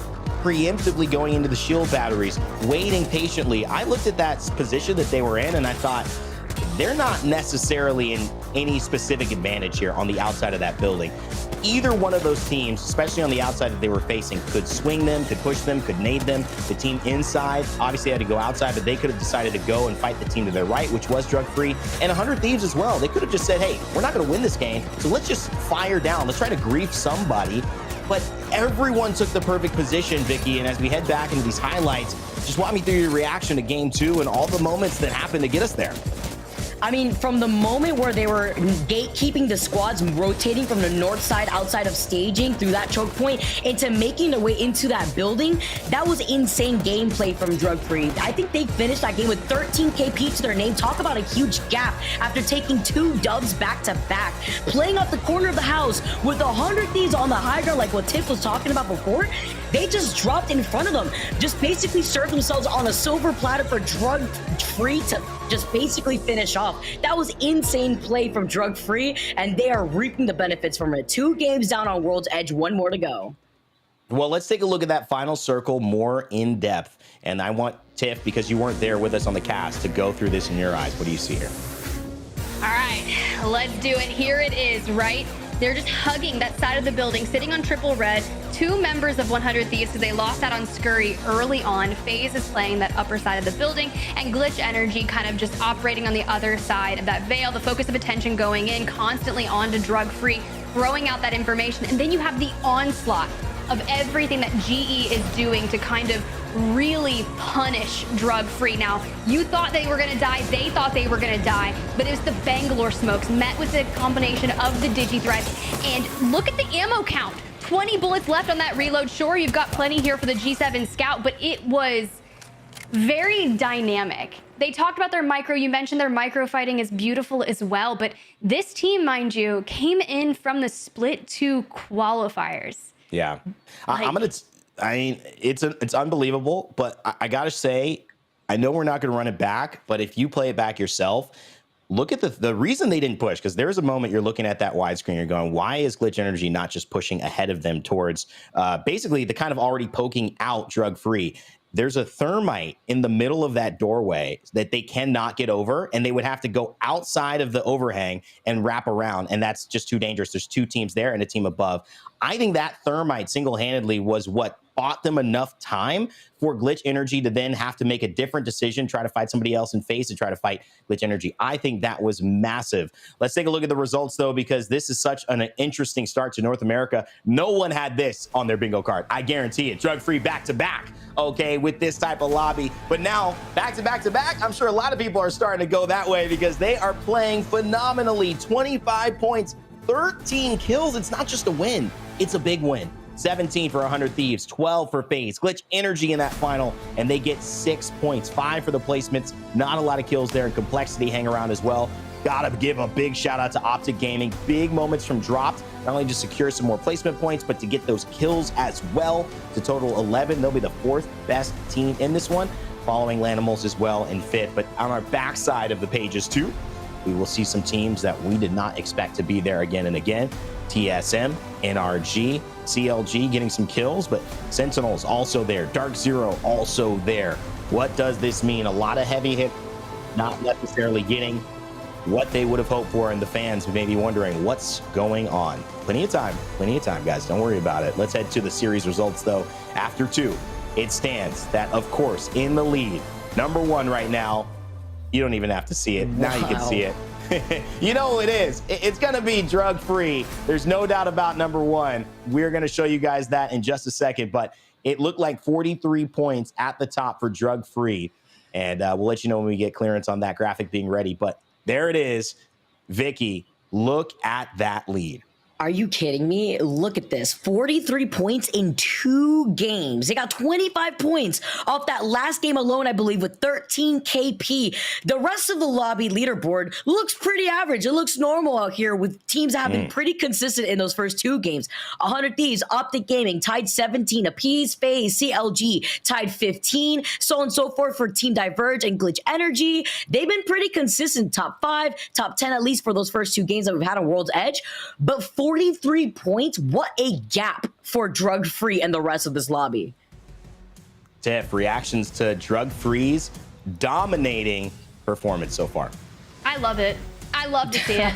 I mean, we've been talking about raising the bar and bringing in new, I'm not gonna say new talent, because I know for a fact they've been around for a while and they're just making their way. But coming in from the Split 2 qualifiers and coming to win your first 2 maps here in Split 2 Pro League, it's just showing that people are taking inspiration from a lot of the powerhouse teams here in NA and just really trying to be tactful. They want to make a statement. They want to show that they know that they can compete with the best. And by doing it back to back in map wins, you are showing we're not here just for like the fact of, I don't know, to be your KP. We are here to essentially eliminate you. Yeah. That's exactly it. That's what you should be here for, right? Everyone should be here for that exact same reason. But Drug Free actually putting, you know, their backing of their play to what they're trying to do and how they're manipulating this lobby with their macro play to end up in these great positions in the top 5. It's really a masterclass. And I think this is one of the things that can happen when you have a new season, and especially when you have a new team. People aren't prepared for this team to make waves the way that they are. They probably know they're good players, but they're not expecting this. Secondly, there's a lot of room for a meta adjustment to happen and catch you off guard. I was kind of setting this up for tomorrow too. You know, we have teams that have taken the world by storm, whether it's Alliance and IPN starting that Caustic meta, Shiv, we had mentioned earlier, starting that Bangalore meta in playoffs and coming in a top 3 position earlier on a year ago. We have Furia bringing in the Seer and the Horizon and this Bangalore heavy hitting no Gibby composition during the Gibby meta. All of these things kind of caught people off guard. So maybe there's something here that Drug Free are putting together. Big statement early, I know, Vicky, but the idea that maybe they're onto something, other players are going to eventually consider what is the standard go-to way to win games in Season 16. I mean, it's a consistency of the same comp that we also got to see in EMEA Rain. Drug Free rocking the Bangalore, the Valkyrie, and the Seer and finding so much success with it. But it's not just that. It's their positioning for these next circles. While Rain Day takes a little bit of a break, I'm going to be joined with Tiffany once again, reunited for game number 3, Tiff, our final game on World's Edge.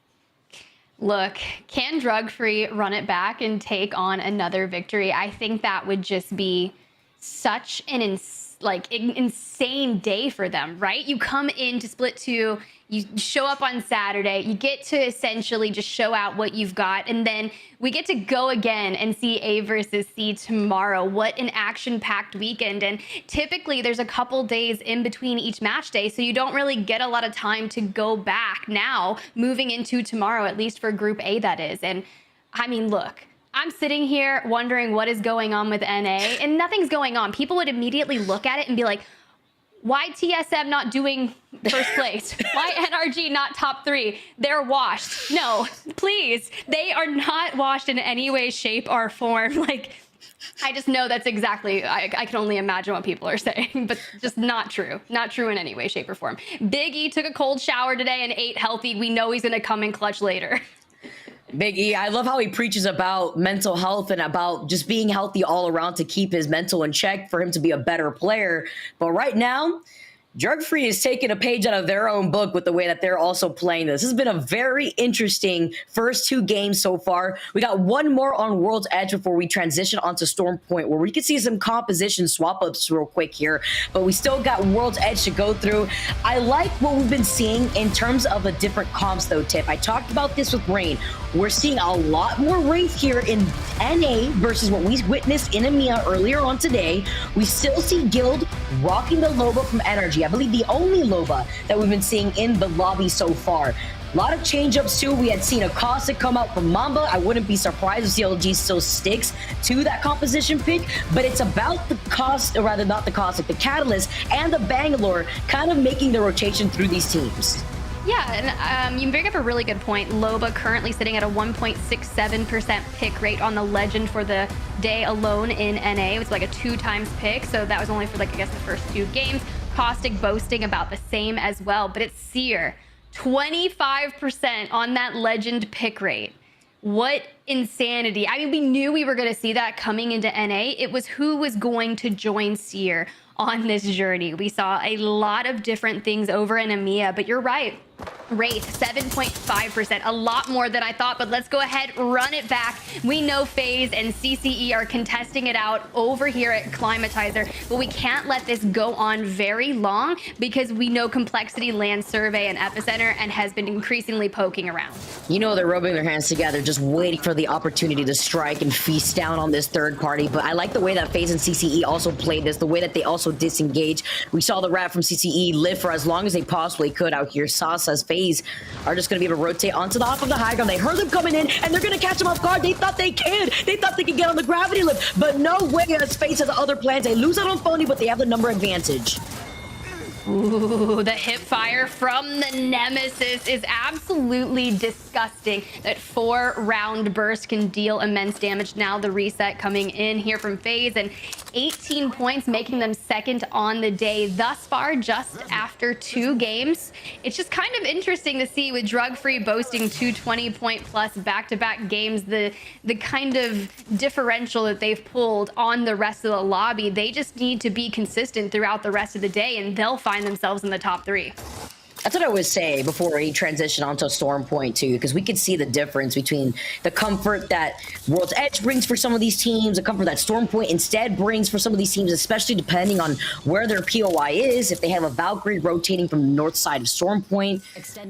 Now as we take a look at FaZe, they have some room to breathe. Complexity not rotating in. They know that that fight ended way quicker than they were expecting, so they're not even going to waste their time right now. They're just going to end up looting not just the rest of Epi, but Survey as well. There's usually a replicator by Survey, so they can take advantage of that, since Complexity is usually one of those teams that like to take their time and play by the edge. But if we could get an overlook on where this next circle is going to be moving, we saw one pull all the way close to overlook by the rocks on the train track south of Epi.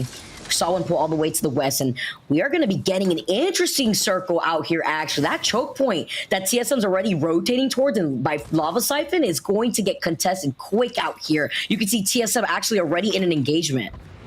Yo, if we get a fragment ending, Vicky, I'm gonna be losing it, because those can be so exciting. You see the Sentinels just on the outskirts of Overlook making their way in, and you're right, TSM just on the fresh outside, and I see a Gibby bubble in the distance. Let me just tell you, NA is a hotbed of activity, whether they can decide on what they want to play. We're gonna see a lot of shifts moving forward after just this first match day. It's CLG. It has to be CLG. This is also the same squad running Caustic. I feel like we're taking the time chamber just all the way back, taking the time machine all the way back into town as TSM are rotating away from this. It smells like home watching the circle pull towards Frag East, but they have other plans to play on the outside of No Name right now. I believe we did see another team in the area right here, but Verhulst gets caught in the middle of this rotation, losing out on their horizon right now. TSM forced to play the inside of this building. Yo, and that was a rogue charge rifle at the hands of Sweet from NRG. So that's kind of tough, right? That's going to force TSM to have to spend a lot of their time that they want to be utilizing for rotation or kind of taking these fights and getting the KP, but going ahead and prioritizing that res onto Verhulst. Now, granted, that double time is going to kick in at the hands of Bangalore's passive and really help Hal get to cover. They do have the beacon available to them to hit the res for Verhulst. The issue is it's going to draw so much attention because we already know 90% of the teams are trying to move into this kind of area of the zone. And the macro right there too. I really like watching the decision making from these pros. How opting to pop the shield bat and not exposing himself, even if he's feeling on the edge real quick, trying to get his way inside of this building with Reps. Reps could take some suppressed fire shots through that window, but they're playing that lip of that little hill, opting to go on the other side to get right back into the safety of this building. House says, don't worry, I'll be able to try to loot up as much as we can. He gets pinged by the other squad still behind him. So many teams already in this no-name area to the southwest side of Overlook right now. Dark Zero, though, taking their time out of Fragment. This could end up biting them in the behind, actually, if they're not careful with their rotate, especially with so many squads already holding on to that open field between Fragment East and that no-name spot. Yeah, this is really tough for Dark Zero. I mean, they're on your screen right now, but thinking back to when Meat, they were landing Dome. And so now they had decided to actually land over in Fragment as well, forcing Dark Zero to essentially split it. So you get half the loot. Now, granted, they're pretty kitted out. They've got a nice Nemesis, all great shields. But as the teams are making their way in, they have to fight it out. EMP coming in, and it looked like Jen Burton was about to bring out the Dark Veil until that EMP connected. I was gonna say, Meat Lovers is one of the squads rocking the crypto. We saw them before with the Mad Maggie. They see the pings off the Thermite too. It's gonna be able to tack on some extra damage. Another squad in the distance is trying to take some shots at them though, so they're just gonna disengage, wait out to see where the other teams are right in front of them. Funk on the Wraith. I just do love seeing Wraith kind of making their way back into the competitive legends here, but I'm just kind of thinking, is it going to stick, right? A lot of people were asking about the Catalyst Seer. Is that going to stick? Because it seems like it's such a powerful thing.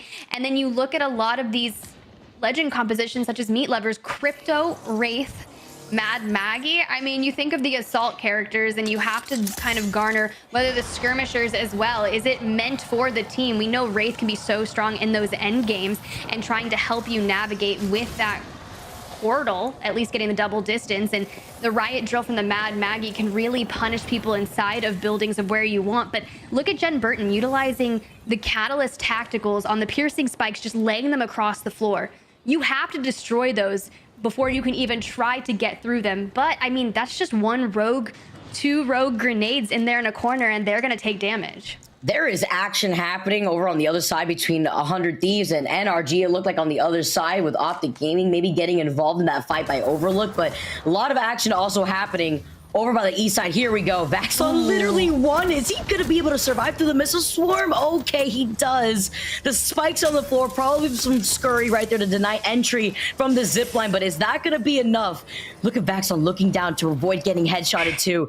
Playing right behind these knockdown shields from his fallen teammates. He goes for the res. Can he pull it off? You see the missile swarm again. Complexity may not be able to push this. Yeah, they could cancel it, but now they have to wait on the cooldown to cancel it again. Vaxon's just gonna heal up again. It's like they're rotating through the missile storm and the seer tag. Oh, this is not going to be good. I mean, you see the incoming charge rifles. Complexity is the one kind of yeeting up their missile swarms onto this tower. And Vaxlon just seems to be stuck against a lot of resistance here because people are utilizing the height all around this tower just to pick and prod them. This is the last shield battery that Vaxlon has. Only, oh, I lied. It says 5. He can loot his teammates now, so a little bit better if they're going to go out. But unfortunately, there's nothing 100 Thieves can do. They are eviscerated by every other team in the lobby looking their way. My goodness, if it wasn't NRG, it was Complexity. If it wasn't Complexity, it was Optic on the other side. Everybody wanted a piece of the cake right there. They wanted to be invited to the party, even if they have to stay at home. And Complexity now just trying to see where those shots were coming from. They note that it was on the other side of that zip line by that rock. The pings coming in from Monsoon. Waited to see what they're going to do because the circle is going to continuously pull towards the south side. Just pay attention, you know. I am so excited. Like Monsoon bringing this new roster to Complexity. You know, Luda at one point was playing under ESA, has kind of switched around. I believe was on MLP at one point as well. Just throughout the journey and the roster changes that has kind of underwent, pairing that with Monsoon. And you and I got to spend some time with him at the green room, just hearing his thought process on and bring him to the desk in London. Just really smart, really kind, and you want people like that to find a lot of success here. They're just absolutely passionate about the game. So far, I've seen good things from the change-ups, but it just seems like maybe we're gonna have to wait and see what Stormpoint has in store for them, or maybe Complexity gets a map win here. Let's see, Complexity being one of our consistent squads in those last 2 games. Being one of the teams out here to land themselves top 5, just waiting out here as Complexity just overlooking the action happening around them here too. Nice little patience and bunkering down with the Catalyst, something that we're going to be seeing more teams that bunker down with some of these characters opt to do in a much more patient play style when it comes to these final circles once they get that read. Looking at the overall map, though, here, Tiff, you could see so many other squads still playing on the edge. FaZe backed away a little bit. Complexity still inside these buildings, looking to get involved with Lanimals out here. Dark Zero, too, could find themselves getting pinched by the squads that are going to be finishing up in Fragment E soon. Honestly, a 3v3 fight with Lanimals and Dark Zero sounds like something so exciting because I know they're going to absolutely give it their all, like always. But just pitting those two teams I just can only imagine what's going to happen. Meanwhile, Drugfee making their rotation in on the south side, right? Just on the outskirts of LTC and TSM. A lot of open ground right there and maybe a couple rocks for you to utilize while playing. But depending on where that zone is going to start pulling, it's going to make for a rather tough rotation. And they were talking about, you know, their macro being on point. This is what I want to see. Where are you going to position yourself coming from the very outskirts in the open where a lot of teams can see you? Especially if the circle keeps pulling south, right? Because you have to think about the circle potentially being on those bins to the left side of Overlook. I made mention of that before, but that's going to benefit teams that have decided to take their time by no name to the east side of Fragment East. And teams like even Dark Zero holding the high ground here because they're going to have the teams that are leaving Fragment in their line of sight. They can see the teams trying to desperately rotate away from no name. The team right behind them, though, they just want to keep themselves aware to make sure nobody's going to try to pinch at the same time. They had that information previously. You can see the Bangalore smokes. We can never be too safe for some of these teams that like to take their time rotating by the edge. Yeah, and I mean, you've got the Seer and the Catalyst. You have the controller player, you have the recon character, so you can utilize the beacons and the ring consoles to get not only the ring information, but that scan that will kind of give you the snapshot of all the players that are surrounding you. So, sure, not only do you have the firepower, but you got a lot of the knowledge when you can pass by and rotate through an area that has that available to you. I'm looking at Drug Freeze comp. They're running that Bang Valk Seer. So they are actually going with a controllerless comp, so they're not getting that ring information. But okay, Sharky, we see you. Sharky with these long distance guns. I'm not even surprised. We've seen him pop off before. I made mention of it after game number 1. It's 30-30, control 2 with the bullet drop. Always interesting to see. Lanimals, though, they made the rotate away from Epi now in this direction from the north side of the circle, but forced to play off the low ground. You can see Exhibition coming out here, too, from the Seer, trying to take some shots at a fight that may be happening right in front of them. I know FaZe was holding that backside, but we also noted that Complexity was there, too. Yeah, I mean, look, Lanimals was one of those teams that I had wanted to see play out. Meanwhile, Verhulst back up and Adam TSM's back to a team of 3, and they are taking on LTC, but it's Drug-Free that also wants a piece of TSM as well. Hal going to fall at the hands, and LTC going to be eliminated from the lobby, but it's going to be Verhulst that needs to clutch it up. This third party going to be immensely powerless, and Verhulst goes to hit the grab lift, but it's not going to be enough. Drug-Free just stuffs him in the face right there and eliminates TSM. Drug-Free looks incredibly scary right now with momentum to their name. Not only did Asura get that hard read on the rotation from Verhulst, I mean, there's only so many places he could go out of that tunnel, but it was the fact that they are wrecking now in this lobby here too. They got 2 KP, they timed that fight nicely, exiting out of that tunnel where they could have got a gate kept by the other squads that are already hanging out by Overlook, but now they have this entire south side circle cleared up. The only squads that they really have to worry about is if Optic rotate away from Overlook behind them, or they get pinched by the squads rotating away from Fragment East to the east, or rather to the south side. Oh, Zero in the feed with the Kraber as well. So much fighting happening on each side of the circle right now, Tiff. This is absolutely insane. I'm just thinking back, and I'm trying to remember. I know Saucer has played with Hill previously through a multitude of different teams, all the way back to HRN in 2020. And just finding it, just think of all the years and all the teams and finding that trio that you work so well with. And then even CLG bringing back the Costa Gibby. Everyone's like, bro, I miss the Gibby bubble fights. You see the bubble go down, you've got the defensive bombardment in your hand, and chaos is breaking out.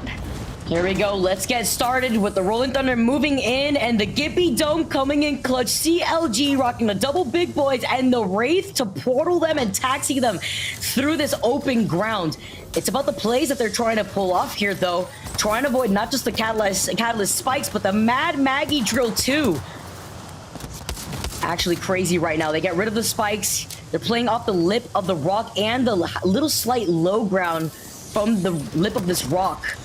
They got the Digi-Threat, too, on the R9 to help them out through not just the cost of gas, but these Bangalore smokes. Now the aggression comes in from MLS to try to push in through this open ground.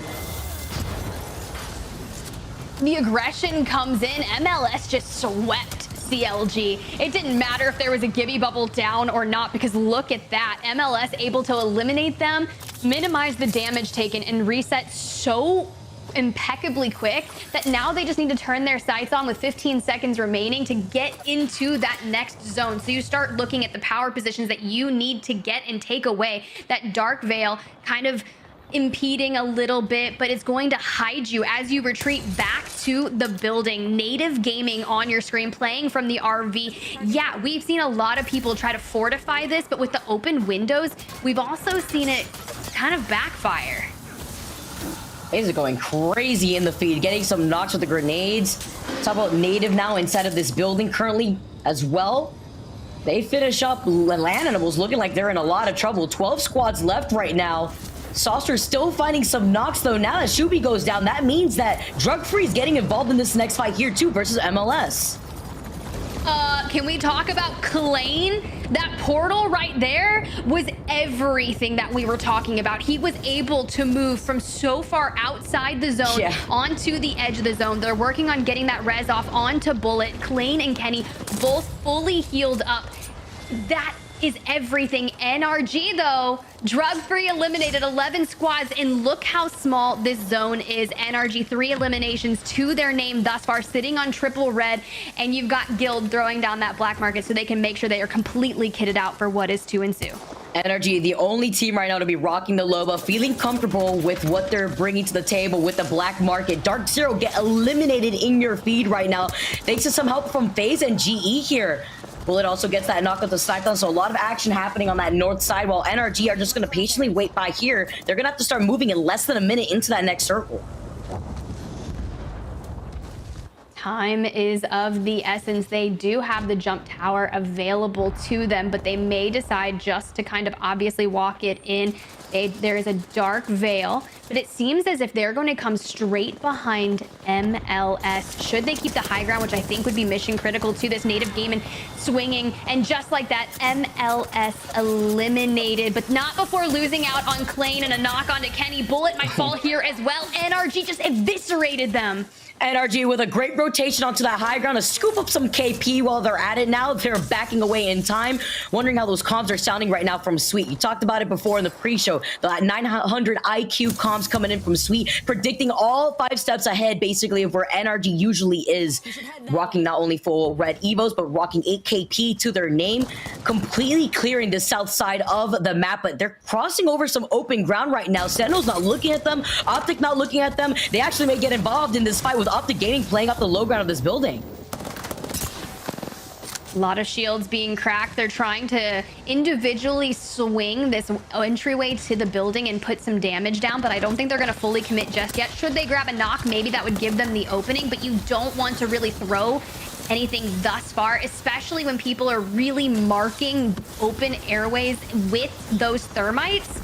We saw it happen, especially on that last map with GE not able to push in because of a thermite, but Keon is the team inside the building. Sentinels, RK, and Rambo. Let's see what they're all about. They're getting stuck on the outskirts of the ring, stoned by a nade, and Optic Gaming may have the win of this fight. Oh my goodness, between the Arc Stars and the Dark Veil, one by one, NRG getting involved, cleaning up what was left, but losing out on Nathan. Sweet falling incredibly low. Gonna play off the other side here too. Guild drops down, but Sweet's opting to pop the shield bed instead. The nades coming in clutch right here as Complexity now get involved, fully healed as a 3-man. As soon as I say I thought they were going to win that fight, what happens? Complexity happens. Not only does NRG go out, but now we're looking at FaZe, Glitch Energy, and Complexity here on the outskirts. And it's a war of attrition. And how do you get the other teams to look at one another? Complexity holding the high ground of this building. They've got plenty of time because they're not just on the outside of the zone. They're halfway in between. So they have plenty of time to stay hidden and utilize this rooftop. Can we force GE and FaZe to fight so that Complexity can just focus on cleaning up and taking home a map win? They could definitely do that, especially looking at all the space that they have cleared up on their side of the circle right now. FaZe is in a difficult situation where they're pinned between Complexity and Glitch on the other side. Glitch may be either forced to take this fight, or they're going to be rotating on the other side of FaZe, where they're going to get focused by both Complexity and FaZe at the same time. So this is a difficult spot for FaZe to be in, but Complexity could help them out and give suppressed fire essentially to Glitch whenever Glitch tries to approach after the circle closes in right behind their backs. Rex and Phony last standing for FaZe. You've got a Cat and a Seer up for them. So they are able to kind of anchor down a space. Here's to hoping that Frex might have the Dark Veil. We could see that come out and maybe split an LOS for one of those teams to help them make a maneuver and not be so sandwiched, because they are going to have to fend off Complexity, who has that high ground. There you go, the start of the fight. Grenade toss here from Cody. Can he find a crack going down as the Veil comes up? Oh, this move from Glitch is huge! The Catalyst Dark Veil to block out the vision between Complexity and FaZe buys Glitch enough time to try to see if they can counter-rotate. Complexity, though, have the safety of the building. They're just gonna wait to see what GE ends up doing. A wall for a wall. We are blocking all vision out here as FaZe is getting outside of this fight. Oh, this is gonna be really tough. A lot of visual clutter coming in. We have a split three-way endgame zone, and a lot of these catalysts are utilizing piercing spikes hidden within the Dark Veil, as you can imagine. 30 seconds is what that Dark Veil is going to last, and Reed's last alive for Glitch Energy. Complexity has been eliminated. Reed's an inch of the dream, but FaZe are your winners. They have withstood all of the Dark Veils as a duo, Vicky. They waited it out. The patience paid off here for FaZe. They were stuck inside of that truck for so long. And if that Dark Veil from Glitch didn't come out where they ended up counter-rotating to try to contest Complexity, then FaZe would have been the ones in trouble. That was great patience from FaZe, but looking at all the action, they did not want to get involved in the mess. Well, FaZe take the W. They've been very consistent, and I think that will land them not only in the top 3, but top 2. Could it be even first place? Incredible performances from them coming into a new roster here, and it was Drug Free who had taken games 1 and 2 by storm. They would not end up grabbing our 3rd game, our last game on World's Edge, but Tiff and Vic, a very intense final in-game zone. We saw Catalyst at play. We saw a lot of really nice dynamics between Seer as well, but again, those dual walls, Complexity. I mean, Glitch Energy, the second final zone that they've been in as well. We're seeing a lot of teams, Tiff, that really weren't on everyone's radar, at least at the start, really show up today and make us talk about them. And I think it's just been an excellent sight for North America in general. I mean, it's just all about who can adapt to the different changes from Season 16 and utilize them. But I mean, we saw tweets talking about earlier how it doesn't necessarily matter which legend you're playing. It's about your team synergy and your ability to utilize whichever legend that you hop on, which is why I think it's just been an absolute journey of trying to figure out who you're going to excel on. Maybe you don't need a controller legend to find that ring information if you're going to be playing hard edge and you're going to walk your way in through and just take whatever fight you want and just basically chow people for your god spot. Yeah, Vicky, do you agree with that? I mean, is kind of this idea of your legend choice as we take a look at these highlights not as consequential as the fact that you guys are just in sync? Yeah, I 100% agree with that. That was actually a conversation that I had at LAN with Monsoon when we were talking about certain teams opting to go other different compositions. I mean, a good highlight actually is talking about Gilda and Loba. We don't see Loba being played in NA. We're seeing their playstyle being basically amplified with the choice of the black market. Yeah, they went down in the middle of the rotation, but it is about what the teams are feeling way more comfortable with, even if it means using Bangalore, Catalyst. It depends here on the way that they like to play. It has been a rough go for TSM so far. This is not what we expected, but it might have been actually what I saw coming a little bit. I paid a lot of attention to their scrims, and there's some arguments going back and forth between Raven, between Hal, talking about which lineup should be used. Even though it's weird, you would think TSM was all about initiating this idea of Catalyst, gone away from it in the first 3 games on World's Edge. Will they make a switch up on Stormpoint? NRG was starting to look a very similar way, 1 and 2 in playoffs respectively. Then they started to pop off here, Tiff, in game number 3. That was a strong sign for NRG fans. Yeah, it was really just doing kind of what they needed to do, the swing here by Native Gaming, but not able to really get a reset. But NRG walking up onto the high ground and completely pestering everyone. Sentinels from inside this building. You can see that Arc Star is what's going to stun Keon, force him to be outskirts of the ring, taking all of that damage, and NRG just looking so clean. Now, granted, it might take a couple games to kind of get that split to pro league kind of hat on where they want to start dominating everything, but Glitch Energy, this was just so nice. But at the end, FaZe just able to withstand all 3 Dark Veils and just come out on top. And that was actually what didn't work for them last time. They stayed in that building. Remember where Drug Free was able to win in the game 2. Glitch Energy were outside fighting against Drug Free. FaZe was kind of trying to play it slow. FaZe plays it slow here again, and it really does work out. Let's take a look at the results, though. After game number 3 here in North America, woo, the action.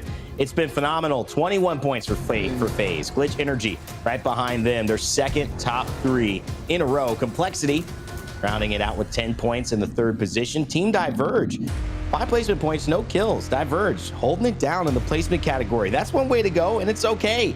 But in terms of 3rd place overall, in terms of points, you got to give some love to NRG, who showed up 11 kills. Big time stuff. Dark Zero find themselves on there. Sentinels as well. Optic Gaming, MLS, Native Gaming. These have been our performers. TSM hasn't been on that list right now, and I'm sure many of the fans as well will be waiting to see if when that happens. Our recent land winners, our most recent land winners. You can't not talk about the expectations going into the start of Split 2. But I'm very, very excited to kind of look at, you know, where we end up landing. I'm not sure if we have full series results here coming up for you, but Vicky, in terms of first 3 games, just your general thoughts on kind of how things have gone. I mean, with how frag heavy NRG was in that last game, the leaderboards are shaking up a lot. We saw how far up ahead Drug Free was. We could expect them to probably still be on top. They probably have 47 points after that previous game, but FaZe has been consistent, like you guys have been mentioning. Glitch Energy finding themselves in these top 3 moments as well with some KP to their name. Energy probably went from 11th, I believe it was before that last game, to now skyrocketing in the top 5. So it's been really interesting to see how a lot of these heavy KP games and the positioning that some of these teams are taking have allowed them to actually maybe have some early lackluster games into having one pop-off moment, because we still got 3 games to go. Well, you know what it means when we have halftime. We've got Nocturnal. Actually, we have Nocturnal with us here. He's going to be telling us a little bit about what he thinks from XSET joining us. I see a little smirk going on there. Come on. That was a beautiful segue. I love that. Surprise. You're the best. Thank you so much. You're the best. It's great to have you with us, Mr. XSET. You get to watch Pro League, everybody sweat while you play tomorrow. Give us your rundown. 30 seconds, 60 seconds. How you been feeling watching these first 3 games? What are your takeaways? I mean, honestly, Drug Free is clearing it. Like they're kind of taking it away, and wow, they showed up and took away the first 2 games of NA, and it's like kind of unheard of. Like they're breaking the 40th place curse, and they decided to show up. It's impressive, honestly. Well, I think, you got to love the way that teams are showing up in this new meta. It's a new change. I want to get your thoughts, too, on kind of what is your thought of Season 16? Kind of, has this meta been something that's been challenging for you guys? I know you've been big fans of Loba in the past. You guys have kind of run almost that secondary meta pick, and it's worked really well for you. How do you feel going into Season 16 and what your options are, what you're seeing players run, and just the whole landscape for those viewers watching? It's kind of chaotic, honestly. Everyone's experimenting. Everyone's kind of just like limit testing as much as physically possible. It's going to slowly, I think, gravitate away from the position comps, because a lot of the POIs that had the beacons and stuff like that lost them, unfortunately. But it's going to be a lot of hybrid play styles, just people rotating the zone with the best armors they can and the strongest comps they feel comfortable with. It's a lot of comfortability. Whatever you feel good with. We are still ironing out our comps, unfortunately, but I think tomorrow we're gonna, go in strong and play our best regardless of what we play. I want to give Vicky and Tiff a chance to ask some questions too that they've been considering about whether it's this lobby or what's coming up tomorrow. But first, I want to see if we can get your reactions to our series results here. I know we're going to be able to bring them up and have them for you to take a look at, because you're right. Drug Free's been running away with it. Surprises, positively, maybe some negative surprises. Highlight both of those sides of the coin for us. I'm in. I'm gonna do it. The TSM is 16th. What the heck, I'm surprised actually with Lanimals though. Lanimals really surprised me. I kind of expected them to be like way higher. I had like a lot of regards to them. They've been looking really impressive in scrims lately, and their communications are kind of flawless lately. But most of the usuals are waking up. Energy, FaZe, Optic on slowly edging back to top, which is really nice. CLG with the shiny. Drug Free, what the heck, they're 47 points in 3 games, massively impressive on the first day. Sentinels also shake up too. It's a lot of the usual top teams are struggling a bit right now, and it's impressive to see some underdogs come up and come through. Yeah, we have a package of drug-free. I want you to give your thoughts, and also Tiff, Vicky, while he's giving some thoughts on drug-free, feel free to interject, Tiff, if you want to go first, just anything you have while we're running kind of the highlights of the team that's been dominating so far. Yeah, sure. I mean, a couple what the heck moments, the first being TSM and the second being drug-free. Kind of give me your thoughts moving into Stormpoint now that we've seen World's Edge with kind of this questionable what is happening here in NA. Who do you think is going to come out on top for Stormpoint, Nocturnal? Honestly, I see probably an energy like on top. I think drug free, most people that you get those points kind of like coast. Now they have these points and they try to take it safe and they play for like, you know, these small points to edge at their first place if possible. But I can see definitely energy coming back. I can see an Optic, you know, being as strong as always on Stormpoint, and I think the usuals will definitely show on Stormpoint. It's very unforgiving for newer teams. Well, with Tiff kind of wrapping that up for you, I do have a question, okay? We did see each other recently at London. I know you were coming out feeling like you guys needed to improve out here. I mean, the change up in composition has been interesting to see the transition from EMEA to NA. We've been seeing a lot of Wraith out here. Do you have any thoughts between the Wraith, the Valkyrie, as well as the Bangalore and Catalyst now that we make this transition onto Stormpoint? Are you expecting anything different to bring brought up? Because, I mean, CLG, it's like they got a call. They're going all the way back to season 1. They're rocking the double big boys and the Wraith. There's a lot of change up right now in NA. Honestly, Wraith, we started playing Wraith too a little bit. We might, you know, a little sneak peek in tomorrow. Might play Wraith also. Okay. But the Bang right now is probably one of the strongest characters. Honestly, I think more teams should be playing her over Catalyst personally. But people are kind of relying way too much on ring information. I think Wraith she's not the greatest, but she gets the job done in what she does, and she's actually really fun to play currently. But Cat's a new shakeup, actually just like kind of refreshing to see a new meta with Cat, and also CLG, shout out to them. They're playing, you know, Gibby, Caustic, Wraith, which is actually a really fun comp. We played it once and it's pretty fun. Like I respect it a lot. And I'm surprised there's like significantly less position teams. Like well, I say position, but you know, like the Watson comps, the Loba comps. The Loba's kind of on the weaker side right now, but there's not many position teams, especially on World's Edge. It's kind of surprising. Well, Nock, thank you so much. It's been great to talk with you. Thank you for our little meta watch conversation, and of course from the pro analysis. You have a chance to go ahead and rest up, watch the rest of the games, and be ready for tomorrow. We look forward to seeing you, and good luck in your games. Thank you so much, guys. Appreciate you all. Oh, Nocturnal, thank you so much. It's fun always to talk to Nock. He's a good guy. He's always good-spirited. We can have some fun with him as well. And yes, you're right. If you want to see your pros that we brought on Graceful, Nocturnal, all you got to do is, you know, get to, you know, playoffs or get to championships. They're all there in person if you want to hang out with them like we've been able to do overall this year. And if you want to be there, but you want to be playing, well, I got another route for you. The Challenger Circuit, check it out. Registration ends on March 22nd. Tournament starts on March 25th, which means you have maybe 11 days to get figured out, but if you can, there's a spot, there's a chance at Glory waiting for you. But like everything in the ALGS, you're gonna have to earn it.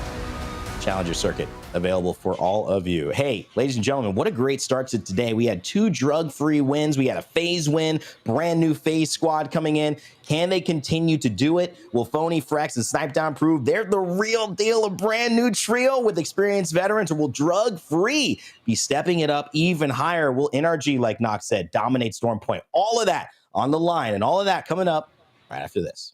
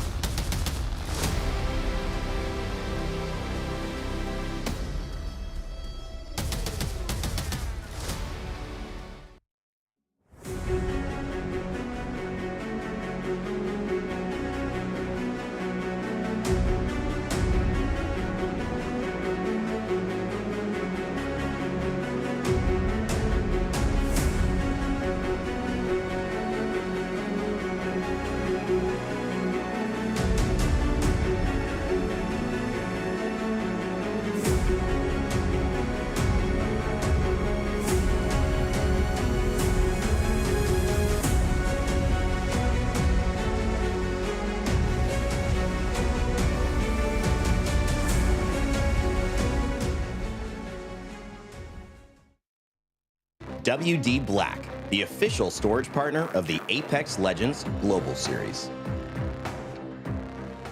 Welcome back, ladies and gentlemen. It is time for another game of the ALGS. Now we are switching it over onto Storm Point. Of course, I am Rainday, joined by Spider Tiff, ready to get into the action. And yes, Tiff, it's been a great day so far. A lot of changes to, you know, what we've expected. Drug Free being a back-to-back winner in game 1 and 2. Not many people had that. FaZe also winning, Snipe Down with Frex and Phony, a brand new coalition of players who have all been in the league for a while. What will we see on Storm Point? That's the question I leave to you to answer as the dropship starts letting our players off onto the wonderful oasis with prowlers, with spiders, and with more dangerous things than that all around. We'll see who can manage it and who can master it here as game 4 begins. Look, I think there's going to be so many unique things. It was great to hear from Nocturnal, kind of their thought process behind it and what we might see. NRG, Drug Free, Optic might be able to throw down. They've been consistently making it towards a lot of those end games. And as we shift on over, you've got such a larger map, that top-down perspective. LAN is claiming Lightning Rod up at the top. You can see they've landed a little bit split. NRG back into the old solid of Checkpoint, but it's looking down towards Fish Farms. That's where likely the contest is going to be. You see Drug Free down there already kind of getting into some early engagements. Yeah, there's a fight down there. Looks like AJC and Drug Free. Well, this should be a big story. Drug Free, get into this. Oh my God, big shots from both. Orioles and Not Nuts taking some damage, but doing way more. Drug Free trying to respond in kind. Impulse on a blue means probably some damage was done there. So 2 members trading off here, but a tense 3v3 on what could be a tournament deciding point. I mean, if Drug Free go down here, they're starting to let that lead slip away and let people come in. If they stay up, stay alive, have a big game 4, this is looking like one of the bigger upsets than you would have imagined, Tiff. Just Drug Free having a chance to really take home this first day of the NA split. So a lot on the line here in this one, and Not Nuts is going for it. Ooh, sending it straight in. They're trying to piece Sorcerer together, and Not Nuts utilizing that R9, 19 bullets and a dream, but already able to grab 1 knock. This could put a thorn into Drug Free, essentially trying to make a play for the overall win of the day. They've already got 2 members down, and Boat is trying to close the distance with the Wingman. Ironsight not able to connect. You can see the last member just trying to finesse themselves away, and 1 member of AJC reigning up top here, trying to withstand, but they just like that. I mean, as soon as they knew they had 2 members down on Drug Free, they were not going to let the 3rd get away. And it was a great push, too. Not Nuts takes the high ground, and they push as a 2 on to Sorcerer, who, in my opinion, maybe misplayed there. Had the option to go inside the door. I thought that was brilliant. Where they would have had to kick it down, would have bought time for at least a shield cell and teams to rotate, but the door swung right back open, and it allowed that R9 spray to finish them off. And once you go 3v2 with barely any shielding and that type of pressure, it was always going to be the way of AJC. Unlucky for Drug Free. We'll have to see if game 5 and 6 continue their story, or if games 1 and 2 will be the highlight of day 1 for them. As MLS here in one of the Dragon Balls. Yeah, they are just kind of sending it. I was thinking about this. If you're going to land on any weapon during a contest, sure, you want it to be a PK, but also the R9, right? Due to the recent Season 16 changes, you move on that base damage. It gets a nice buff on that R9, but the car is the one that's still, granted, it's very consistent, but the nerfs came in the form of the mag size. So if you look at the pick rate thus far for the R9 here, just on the NA games that we've seen thus far, 32 eliminations have been from the R9. The next closest weapon is going to be 17 eliminations from the flatline. That is an amazing stat as well. And you can see, I think the shift from all the different types of SMGs, it just denotes a very healthy balancing system Respawn is intentionally trying to bring to the meta. Every season has something new. And in this season, particularly, the Nemesis has kind of started off as the golden child of weapons, but is, in terms of the ALGS, in the last month, we've been able to play this since Valentine's Day, almost petered off in terms of the hype, the excitement. Still a fantastic weapon, but going back to the tried and trues, the G7s, the 3030s, the R9s, the flatlines, the PKs, we seem to see those standing out, the Prowlers especially, a little bit more than the Nemesis right now, which is sometimes even being less preferred than the Havoc, as we saw in EMEA. So curious to see how that shakes out, Tiff. I don't know if you have any thoughts on that, but I particularly would love to see that weapon, as we see it here in Zero's hands, really put on full display, because its potential is disgusting.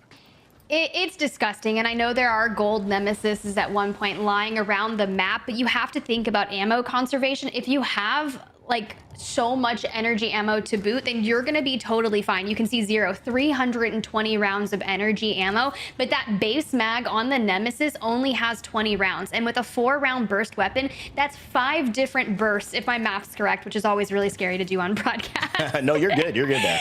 And you can run out of ammo really quickly, but the moment you start getting an energy mag, you pair it with a 3X or a bruiser, you're gonna find so much success here, especially on Storm Point, with the POIs being so kind of far apart and the top-down verticality. You can utilize that distance and you can really frag out and get that opening damage, maybe find a knock early so you can kind of just capitalize on that opportunity, close the distance, maybe hit them with a C or Q, and then push in.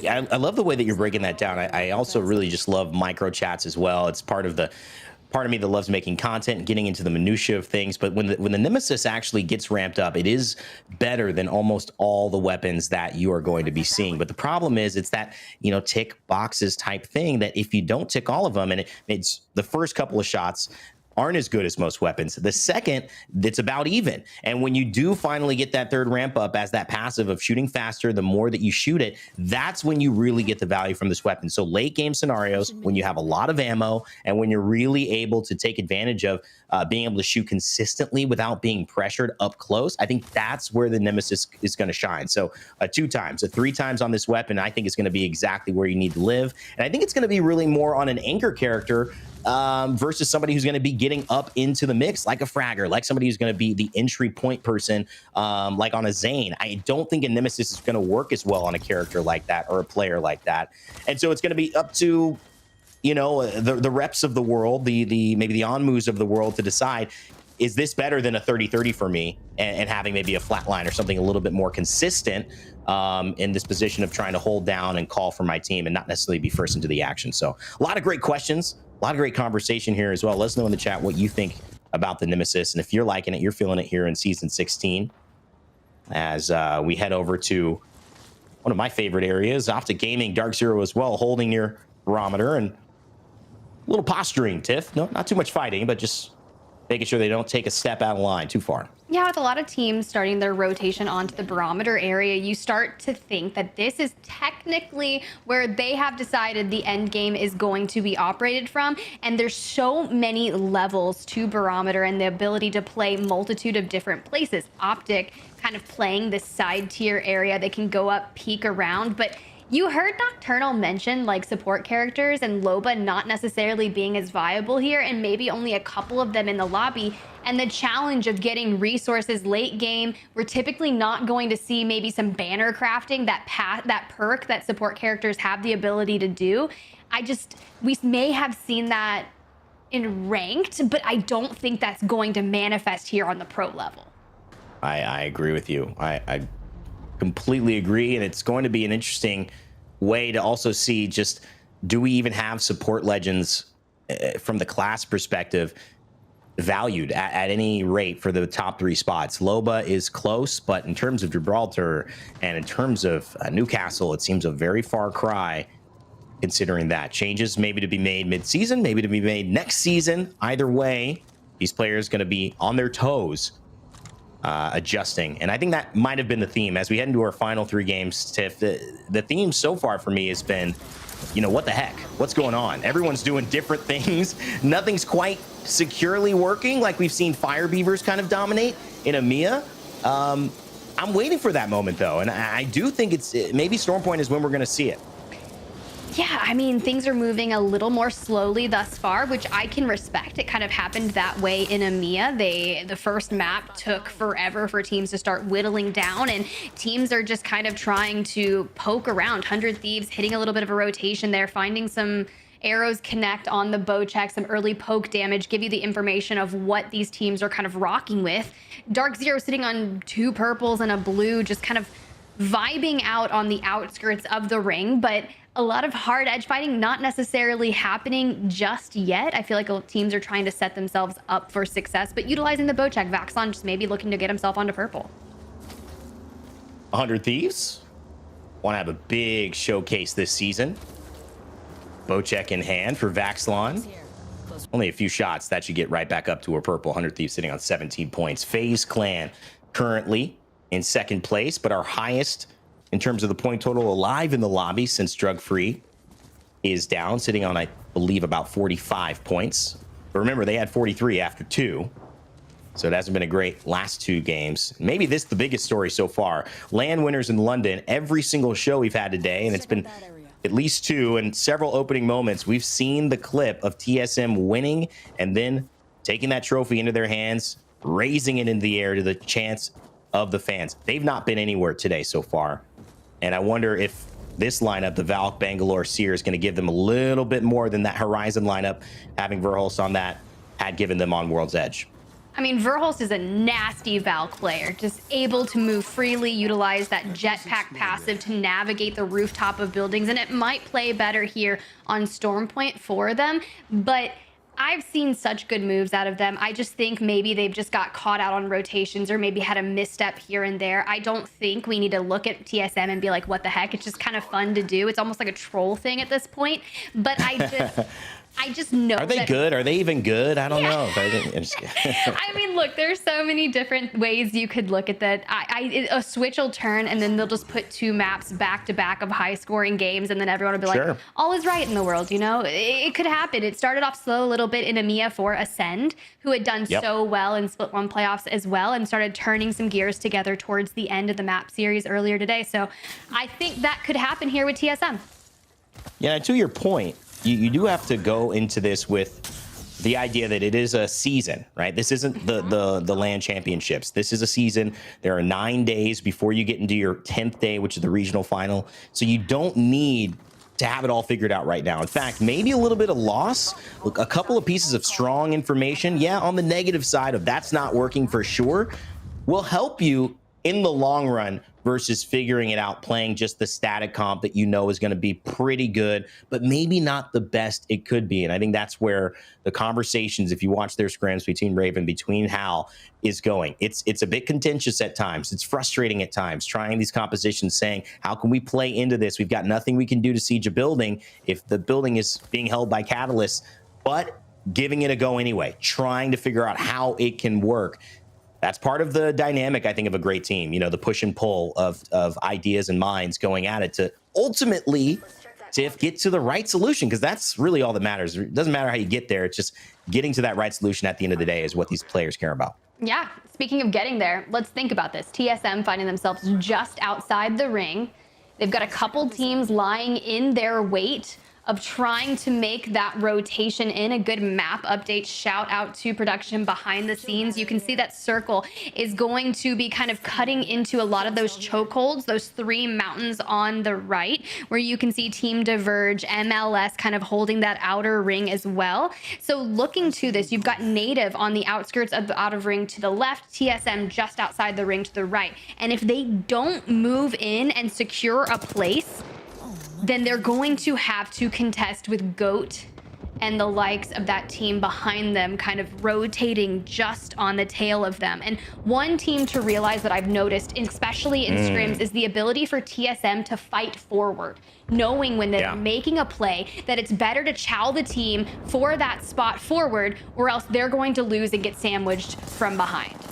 Well, they're going to have to fight, not just forward. They're going to have to fight right in front of them and maybe upwards, as they run into one of these nuts here, the Dragon Ball, as I like to call it at times, with a full complexity sitting inside of it. And they're going to have to go for it. The piercing spikes And this is what they were talking about. Here's the challenge. How do they get by this? Because trying to siege, they don't even have to. They get thrown out. In fact, it's a Maggie as well as a Catalyst. What a combination. TSM, not sure if they knew that's what they would be playing with. You should maybe watch out for a Riot Drill from above too, as that might be able to pressure down from below. They're pushing into the spikes, into the Dark Veil. It's just so hard. And this, oh, maybe could be their way to find in. They've already got one. The Thermite's going to do a ton of damage as long as they just bide their time. TSM looks like they have an advantage here to be able to finish off Madness. MLS running that Maggie and that Catalyst above them. I mean, the fact is, Reps right now, the whole team, 15% slowed. They're going to be blinded for 7 seconds. And yeah, they were able to get the finish onto Madness, but they still need to find Luxferdy and Shubi, who are nestled up in the top of this nut, trying to withstand and maybe cohabitate this building. Now TSM fully reset here. And MLS down to 2. They do have that team on the outskirts that's trying to play the bridge, who hasn't necessarily pushed in just yet, which I think is a very smart play for them. Because once you have to get into these barometer zones, the open water, and for the teams that are playing on top of barometer, are going to find so much success here. And I think TSM are content with this. They found a better spot than they had. They've got a little bit of safety. They've got several plays too. And so that's really the key. Outside, not a lot of plays. Inside, top floor, you definitely have some plays, but they know Luxferdy and Shubi are above them. Not happy with it. They'll accept it for now. Lanimals, big shot miss with the Kraber. Might be enough with the R9 though from distance. Focus of attention on the backside. Exhibit goes down. What are we watching? Nothing. Albrelelli keeping an eye on his 6 as Nadius. Alb looks to see the right side of the rock and get back into it. Kraber in hand again. It's Gilderson's hiding in that smoke. Albrelelli smells it. He knows something's going on. But then he loses. Lou again. Big shot there. Is it going to be enough? It is. Nathan falls. Gilderston still alive. Alb searching for him. Alb, one more shot before the full reload on the Kraber. He's going to miss it. It's just the R99. He's getting pushed completely. It's up to Nadi now to swing back, but I think Gilderson's is going to get the better end of this. NRG in a 1v1, and oh my goodness, it's Nadi who wins it for LAN. The Lanimals are here, and NRG are out. Bro, Naughty is just insane.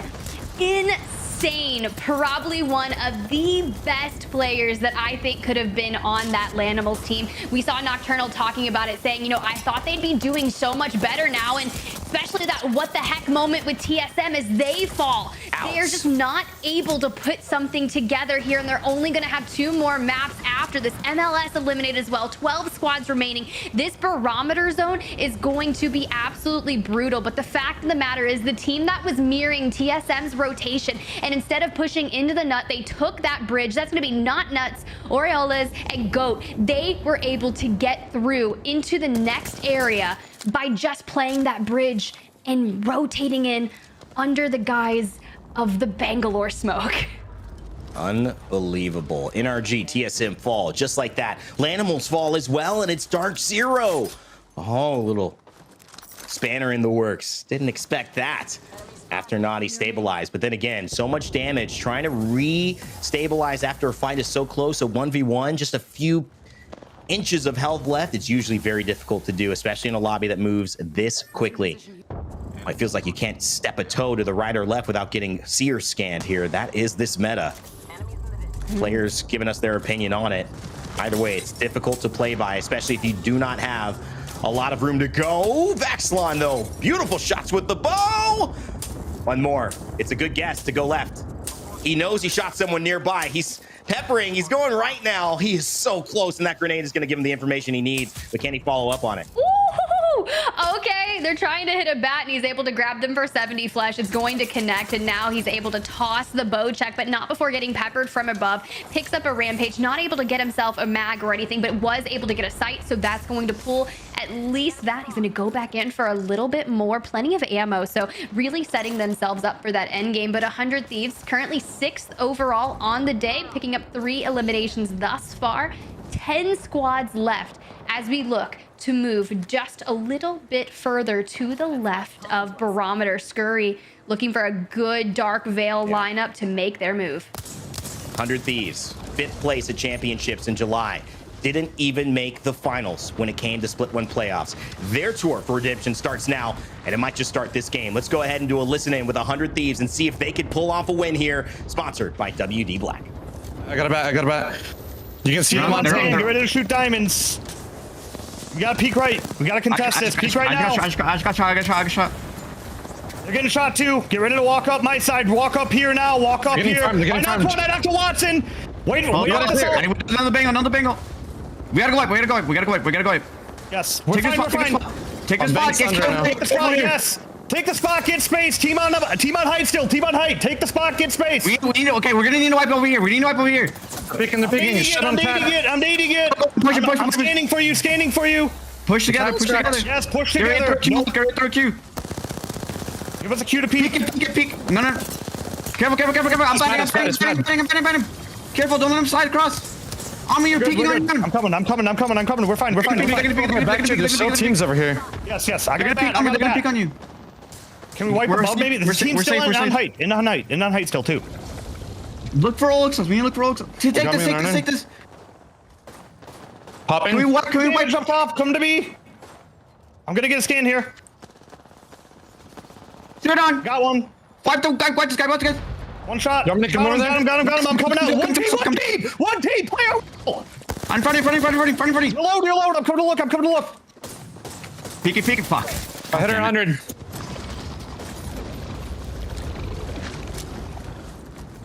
Look, you have ult, so? You have an ult on me? No ult. I'm swinging right. One's on our left. On me. I hit him 20. I'm crawling back to you guys. No sniper ammo. They can't, they don't know what's going on. Yeah. Crawl back to this. Here. Look, you know, watch. Yeah. To your right. I'm sticking it. Fuck, man. Oh, next try. You got this. Fuck. Oh, you just on your own. We needed to play our wall. We play our wall, we're good. Oh my goodness, and last man standing. Jin Burton, Sharky, and Zero. Dark Zero say hello to North America yet again with their first win. But what a play from 100 Thieves to make it a challenge. Catalyst on full display. And Tiff and Vicky specifically coming back after watching that. So close for Scurry to clutch that. But what a play too from Dark Zero to get the dub. That was crazy. That was insane. Did you hear the comms too? I love those end games of the comms talking about what they could have done differently. Yeah. That's something that we all do coming out of playing Apex. Thinking about what you could be doing better. Playing around the wall is what you heard at the very end from 100 Thieves. But still, they got 6 KP. They got second place. Dark Zero, they needed that game. This is a team that definitely excels on Storm Point. They were 17th overall in the overall leaderboards before jumping into this game right now. That probably did them justice. They're probably in the top 5 at the moment after having not just that dub, but an insane game. And I mean, Tiff, just that last moment, it could have gone either way. Oh, that was tough. I'm looking at Vaxlon in particular. He's holding that angle with the Mastiff, right? He's sitting there waiting to see if someone's going to walk around that corner, doubles down, grabs the thermite. The moment he's deciding to switch it over, that's when Dark Zero decides to enact that push, and you just kind of get caught there. You can't do anything, and that split-second decision kind of lost them out on Vaxlon, and it's tough, right? You sit there and you can analyze so many different ways that they can approach it, but I think getting there and pushing into that, I think that was so smart for them. It's just like a couple little misplays that I think that they're going to think about now for the next 10 minutes before getting into the next game, but I don't think you can kind of harp on that. I think you have to focus. No. GG go next. We did so good. We got second. We picked up 6 eliminations. We know we're doing right to get into the end game. And it's scary too, because Dark Zero, when they get into end games, when they're in a top 5 situation, they win a lot of those situations. It's can they get there? Can they get to the top 5? So 100 Thieves going against some of the best in terms of closing out these final moments. That's why they've been so good on match point. That's why they've got 2 LAN trophies out of 3. So that is one thing to consider. 100 Thieves making even a mistake had a chance at that end with Scurry. Probably 2-3 bullets away from securing that win, even as a 2v3. with Dark Zero. So that was pretty impressive. And I think, Vic, looking at that game too, two teams that we kind of said, where are you? It's time to maybe step up, have a game if you're going to start taking control of the narrative today. Both of them stepped up there. It did, and they did. And Drug Free didn't do so on Stormpoint either. They went down really early, and that's a team that we were looking at to see if they could continue on the consistency, taking 2 dubs back-to-back for game 1 and 2 on World's Edge, now making the transition onto Stormpoint. So you have to think about their mental, too, for the teams that maybe got, that confidence, that feeling of confidence now that they're leading the overall scoreboard that is closing the gap right now with FaZe right behind them. And I have a feeling you guys are going to be able to cast that next kind of early game fight. So I'm curious to watch that when that does happen in game 5, if they go back to it. But let's take a look at that final circle this time for everyone watching at home from Dark Zero's perspective. Tiff, walk us through this, because this is the first time we'll be able to see what Dark Zero saw in that fight. Good to know that Dark Zero's got a Kraber, 5 bullets to their name. That Dark Veil's going to go out. You heard 100 Thieves in their comms saying we should have played around the wall, right? We should have played around that. But a couple missteps, starting with Vaxlon, getting that early kind of picked off. So I'm curious to see how we approach it from Dark Zero's perspective. They're kind of death falling together. Here comes the exhibit. They're able to try and navigate around that. It's really smart to kind of get rid of that piercing spice and try to acknowledge, but the swing onto that, they were trying to get the res and it cost 2 of their life, but Scurry able to just throw down some immense damage, and it didn't even seem like it was a bullet that took down them. It was the rolling thunder. Yeah, I mean, and also I gotta say, I didn't even in that clip see where Vaxlon went down. It was on the right side. I don't think Zero's perspective caught it. They did look like they were scrambling a bit. I mean, if you look at 100 Thieves, it felt like more cohesive, like planned movement. Just that mistake from Vaxlon.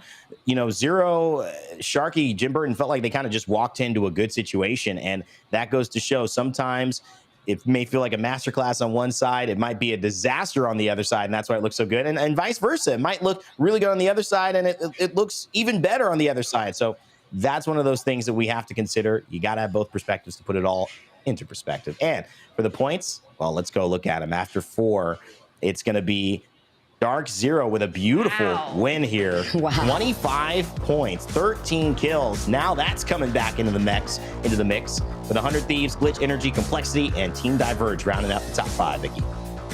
Yeah, what I'm surprised to see is the second half of this page, because we're about to approach game number 5. This is our middle point right now here for this game 4, our first map on Stormpoint. How have the other teams been faring right now? Because it's been a little bit of a shakeup.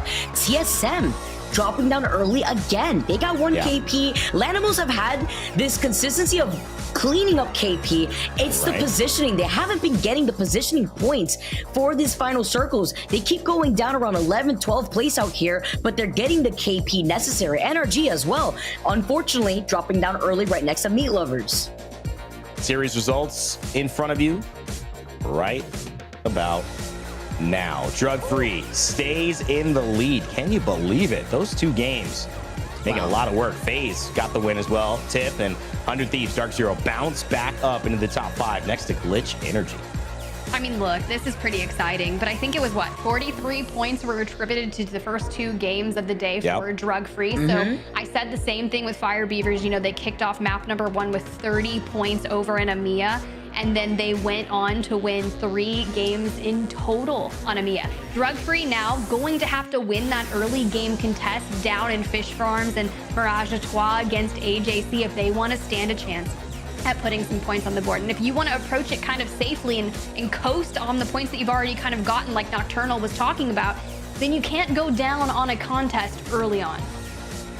TSM, Sentinels, Lanimals, 6 points away, both sitting in 12th, 14th, and I believe 16th or maybe 17th position. Not what we would have expected. However, the top 5 looking real good, led by a team no one expected to be there today, Drug Free. They've held on with 4 points in the last 2 games. Another big one could probably set them up to win the day. That would be historic. And guess what? We're going to find out very soon. We're taking a quick break. When we come back, game 5 of day 1 of our ALGS Split 2 coming at you.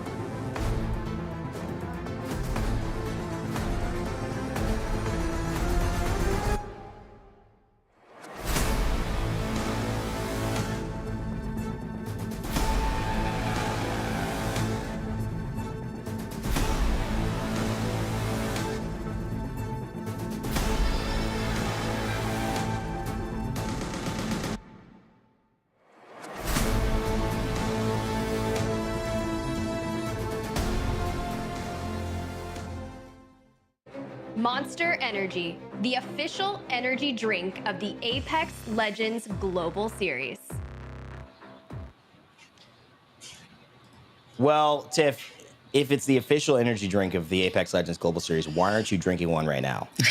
I don't know, because the sugar-free is my favorite, and I would love to be kind of led by just Uncrustables and Monster Energy to kind of send out these casts. Not gonna lie. I don't think it works unless you're actually chugging a Monster right now on broadcast, and I think everyone's gonna agree with me on that. Vicky, you're no stranger to Monster. You're no stranger to high energy. I think this is a good opportunity for people in the chat and people at home watching to realize high energy moment right now. Games 5, Game 6. We're turning up the heat. This is it. This is North America. Day 1. This is setting the tone. I need some thoughts. We're getting ready for Game 5. Lobby's loading up. Let's start with you, Tiff. Let's start with you, Vicky. We're going to look at some stats as well from some of these meta. I want you to, take the conversation where you will. What's more interesting to you right now? Some of the team's performances or what we're seeing from a meta perspective? I'll start with you, Tiff. All of the above. I'm just excited. Look, no, it's the truth, though. I was not expecting any of this, right? Like, none of this. Look, Dia was tweeting about drug-free earlier. He's like, who would have thought that they were going to take back-to-back wins on World's Edge?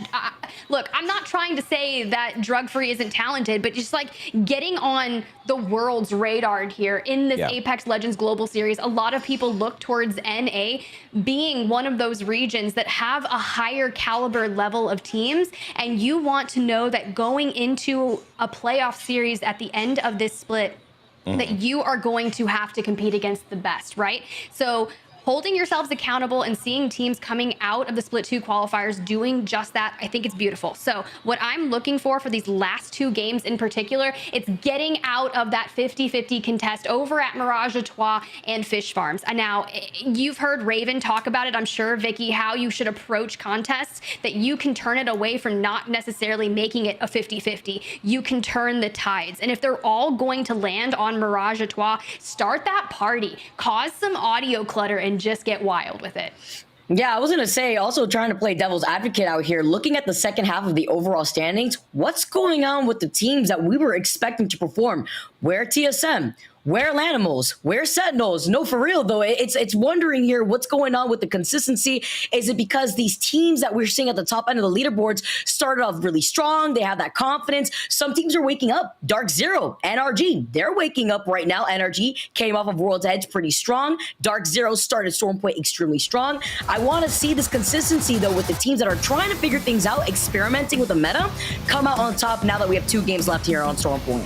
All right, Game 5 underway. Let's kick it off. Tiff and Vicky, lead us into it. Our last 2 games of the day. Let's see what happens. Let's see what happens. That is definitely the way to put it. With 2 maps left, 2 Stormpoint adventures, Vicky, it is a matter of time before we can witness who's going to walk away as your match day #1 victors. And I think back to who potentially had won match day #1 in the regular split. That was going to be TSM.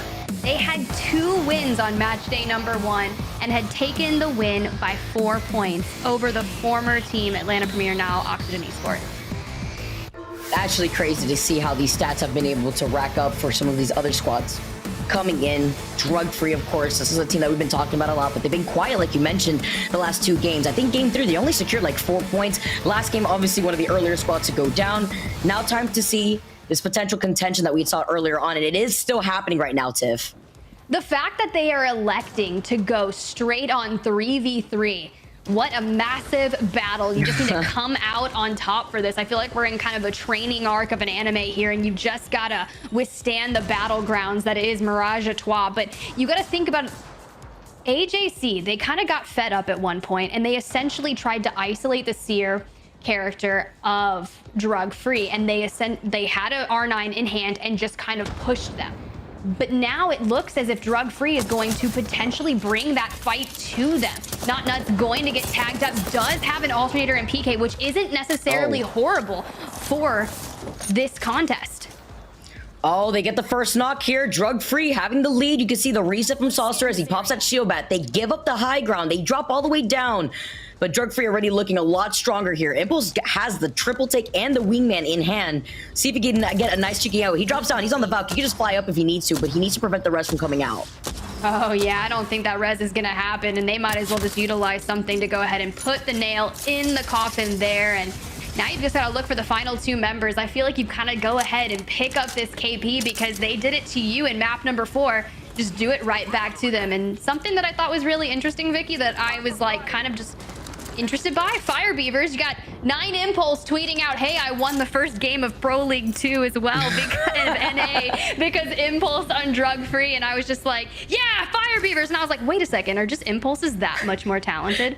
It has to be the name buff. Yeah. The name buff today for day 1, I don't know. It carries on a legacy out here and it transcends through regions. And Drug Free now can take a breather. Yeah, they got that one pick KP. They'll let them run away. We know who lands usually at Launchpad is FaZe. They could get involved if they wanted to inside of this fight, but with this disengagement, you can imagine FaZe is just going to continuously loot up the rest of Launchpad, maybe get involved to the south side of where other squads are trying to rotate. But Drug Free now is going to be able to take this armory. You can see the ping on the bow check on top of a care package that's landing in the distance. AJC are waiting to see if they could recover that banner. I mean, right now with Drug Free going inside the armory, there's nobody really looking and staking out the banner. So maybe they could have that chance underneath the armory. I mean, you look at the overarching map here, 2 members of Drug Free inside the IMC armory. Asura kind of just rotating throughout fish farms, looting the buildings. So yes, they could go back and decide to grab that. Sure, at least they're not necessarily camping the banner underneath, but think of how just in the open it is sitting underneath the Mirage Etoile. You'd have to be very, very quick and nimble about it. Especially seeing who's still up and alive right now. Nice to note, some early contention right now happening in Stormpoint. Complexity out. If we can see the overall squads left, we can see where the circle's also going to be pulling over to the west side right now. Look how contested the north side of Mill and Down Beast is. We have seen circles pull towards the fence line on the south side of Down Beast, but sometimes rotating there is very scary. You'll get yourself pinched, especially if you don't have a bunker down character. I can imagine the likes of CLG feeling pretty comfy there now that Mamba's made also the swap over to the Catalyst. AGC losing out on the Valkyrie, though. You highlighted it perfectly. Out in the open underneath that armory, you do have Boat still alive, at least with the smoke grenades. Oriolis also still alive here, too. Going to be able to get that scan, but time is of the essence as we tune into the other side by Down Beast. It's Sentinels making their rotation, getting pinged by a charge rifle. I wouldn't be surprised if that's Sweet in the distance. Ooh, Sweet, an absolute nuisance with that charge rifle, but I mean, it doesn't even matter. You can find your information. You can look through like halfway across a POI with the scope. Sentinels, they're going to focus on prioritizing their rotation, taking to the sky to try and avoid all the poking and pressure from Down Beast, but Rambo just getting annihilated, falling incredibly low. And at that point, I feel like if the Valk is going to fall low, you want everyone on your team to kind of separate away from you, because if you're all connected to the Valk and the Valk gets knocked, you're going to fall. But Keon instead is the one that's going to get prodded from Guild at a distance with the Nemesis. What's extra unfortunate here was Rambo got a little too close to the rock to his left, which is what slowed down the momentum of the Skyward dive before it had to reset. Now they're playing split up. Energy is trying to capitalize. Yeah, we'll get off from the high ground. We got a knock already. We know that they're playing split up here too. We know that there's other teams in the distance, so they could just try to scoop up the rest of Sentinel's teammates here, as Energy are just going to be able to hold back. It's Sweet that doesn't have the charge rifle, but he's got the flatline and the R9 in his hand. It's going to be Nathan on the high ground that has a charge rifle instead to get some extra information for the teams rotating from the north side, specifically TSM that was already in the middle of rotating away from the wall. That's my charge rifle, a nice purple stock with a 4x8.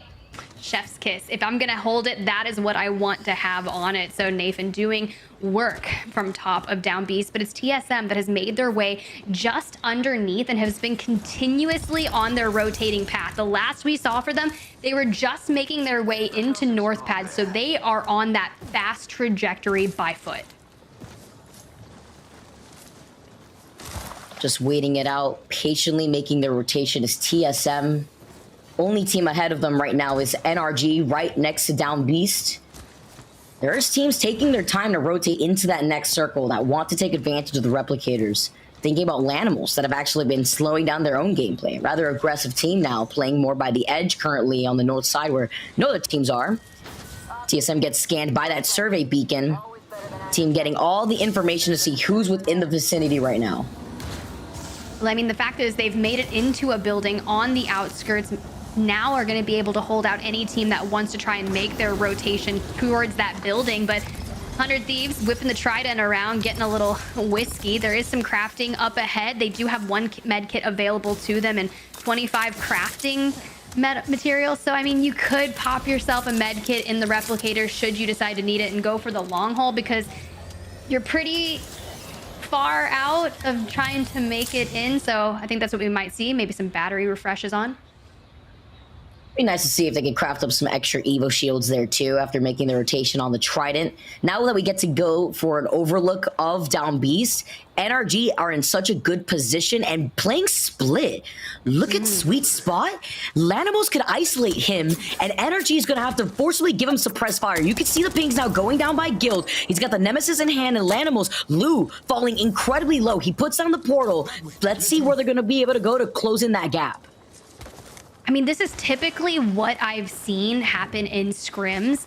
Lou does take a lot of that damage early, often getting isolated by himself. And that's okay, right? Utilizing Wraith to go ahead and move forward, scout placement, try to get a cheeky LOS and maybe cause a little bit of disruption in your pushes.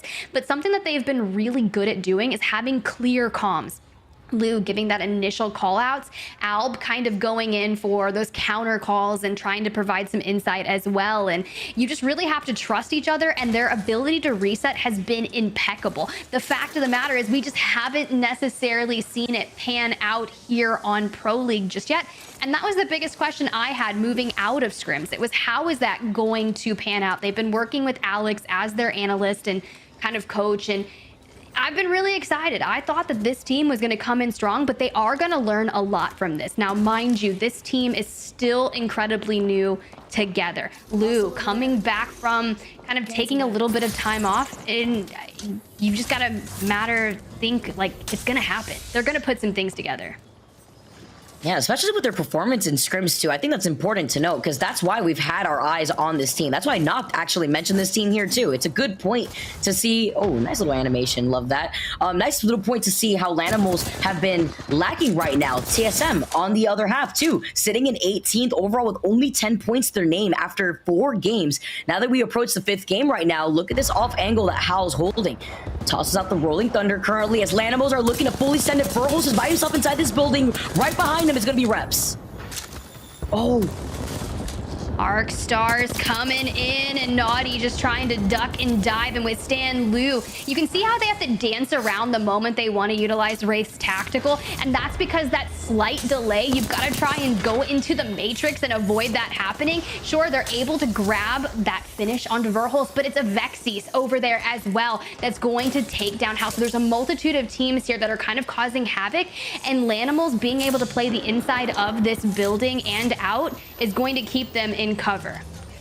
Basically funneling them into where we were talking about is super congested right now. North side of Mill, look at this as well. On the other side, Drug Free gets eliminated. The second squad to go down in this lobby. That's going to be huge, because that overall leaderboard is closing up on them. Even though they start off really strong, they really haven't gotten much going after those first 2 games. CCE now making their move though, moving over to the other side. 18 squads left, and TSM are down those 2 members as well over on the other side of Down Beast. Well, you got to think of FaZe and Glitch Energy that are looking to put a staple on match day number 1 for themselves. FaZe currently sitting in 3rd with 42 points, sitting relatively healthy just on the outskirts of the ring. IMC Armory to their left, and they've got a mountain to their back. You can kind of still make sure that you're focusing on keeping that back clear and focusing forward. CCE in the distance trying to kind of take a little bit of engagement with FaZe, but they need to prioritize that rotation because they're going to get gate kept. Let's see where they're going to end up going here. FaZe, a team that also has been pretty consistent today. Really coming through, sitting in the top 3. 2 points away from Glitch Energy, who have also been finding themselves in the top 3, top 5, cleaning up some KP. CCE, though, the opposite could be said. They're unfortunately sitting at the very bottom of the overall standings, 20th place with 3 points to their name. So that's why you see them playing a little bit more patiently. Playing a bit of an aggressive comp here, though, so it works out in their favor when it comes to trying to contest these other edge teams. but it's about the material that they're also working with, the loot, rather, between the flatline, the car. He's got the 2x scope on that flatline. See him trying to make moves to see where they're going to be pinging, where they want to go, if they maybe want to try to contest this here too. The moves that I see are the initial charge rifle knock, that like 3 to 9 damage that gets initially hit, followed by the boom. You're trying to dodge that, but Optic over here on the north side, just on the outskirts of the down beast, you've got Glory kind of operating the rooftop on top of them. You can see Native in the other building on the outskirts of the right. So teams that have made their way into this zone, it can be incredibly challenging based upon where it's going to pull. Will it kind of encompass that outer northern edge of the mill, just kind of a little tidbit of it? Meanwhile, look at Frex popping off in the elims right there. 100 Thieves going out. That's huge for FaZe. That probably gave him enough points now to secure second place. They are riding out, says we don't want any of that business. Okay, who's driving right now? You got to get out of here. A bit of a tricky spot though to get to try and stuck into. They still have quite a distance to move through. So the question is, are they going to transcend through this open ground with the water? All right, they're sending out the wall. All right, they're still jumping into the trident. Okay, well, better be safe than sorry because there's another team on the high ground right there.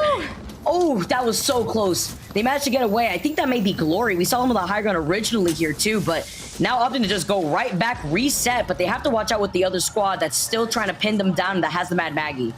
This is going to be a rather tough rotation for FaZe. You saw them already utilize that Dark Veil. You know it's got a 2-minute cooldown, despite we're not sure if they have any ult excels and if they're going to be hitting that. Snipe Down does have the Skyward Dive, which is a great backup to kind of focus on knowing that they have a lot of resistance up ahead. They need to jump over that and find a free spot. But speaking of resistance, they were able to get Keon back into the game here for Sentinels, but they've lost out on RKN. And now Keon and Rambo are forced to navigate this as a duo, but TSM is also out.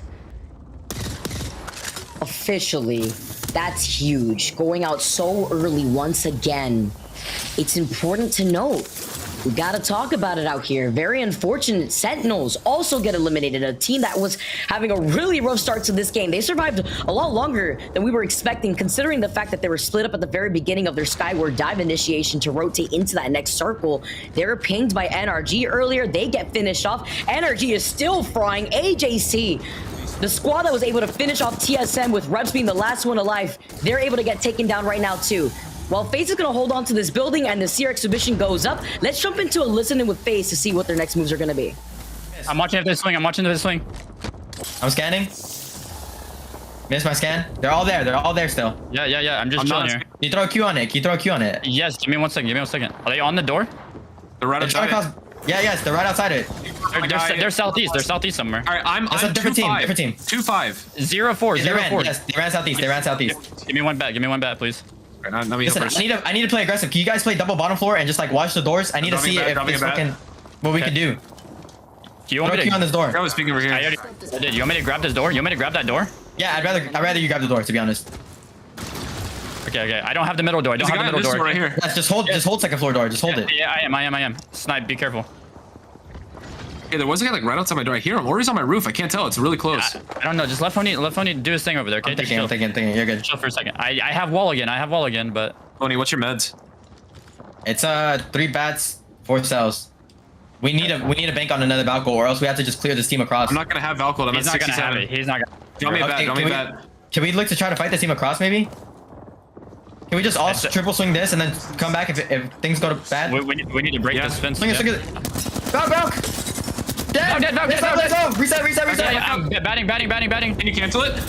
No, I'm trying to. They have Cyril. I can't wall this. I cancel it. Look at that.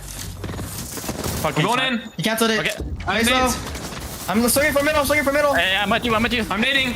Nice nade. I'm throwing nades. Kill this guy. Kill this guy is one. You can do it. Snipe. Look for a snipe. Behind you. The guy's low. He armor swapped. He died. All dead. Reset. Fuck, man. Was there another team or did I just get fucking... No, you just got rolled. Yeah, Valkyrie. I just got fucking baited, I don't know. I have it now. Alright, we need to look for it. Pop a mech it if anything. You should give me armor, I think. Valkyrie.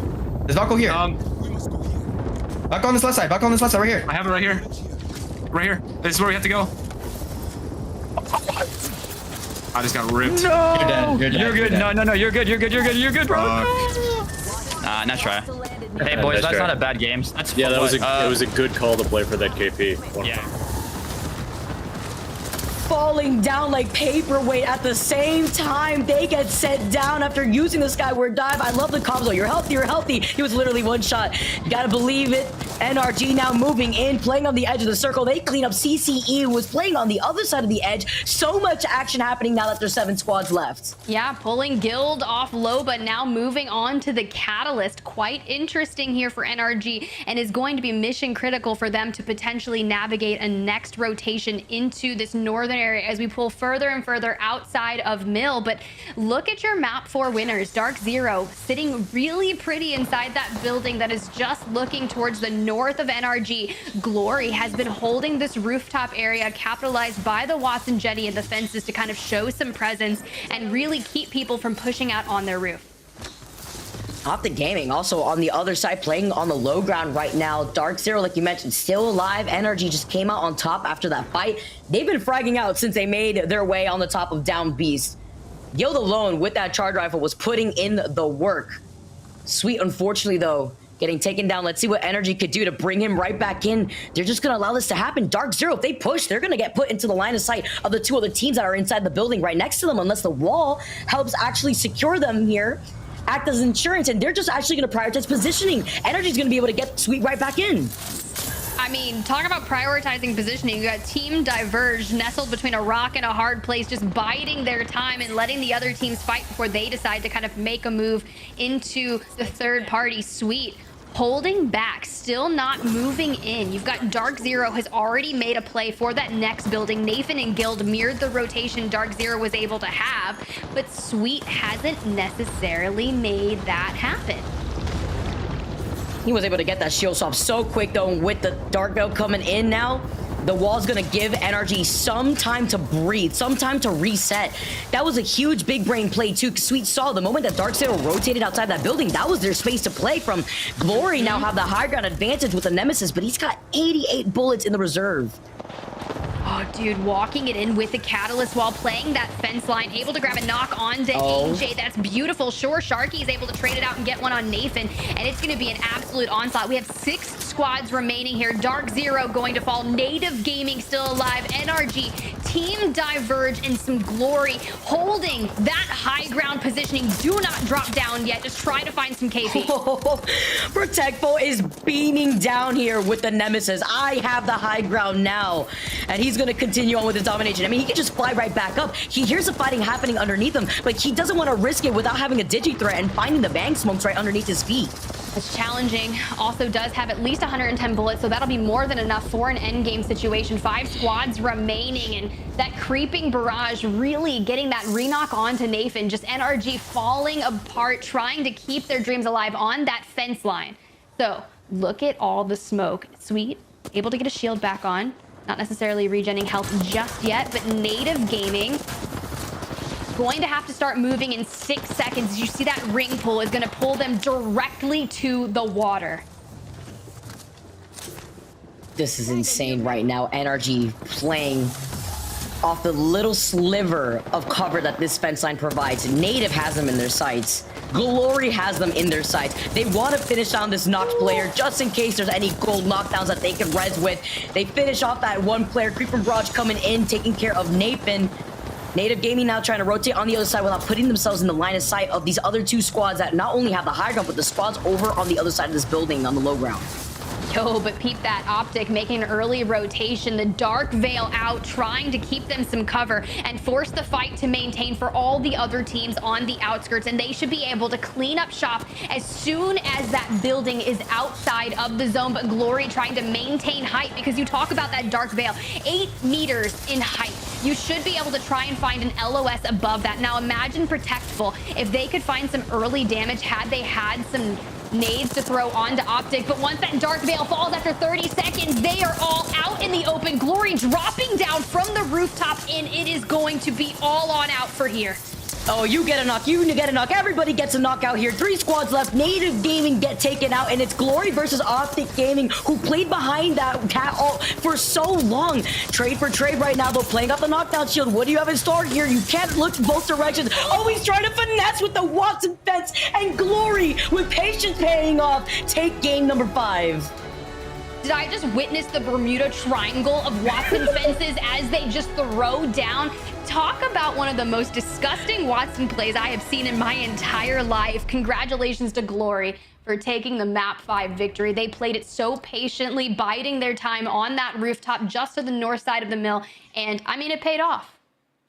They were there for so long. They held on top of the roof, which is extremely important with their team composition. The Watson helped drastically prevent Bangalore coming in, forcing them off the high ground, prevent the spam of nades to come in their direction, or even a missile storm to finish things off if they were low at any point.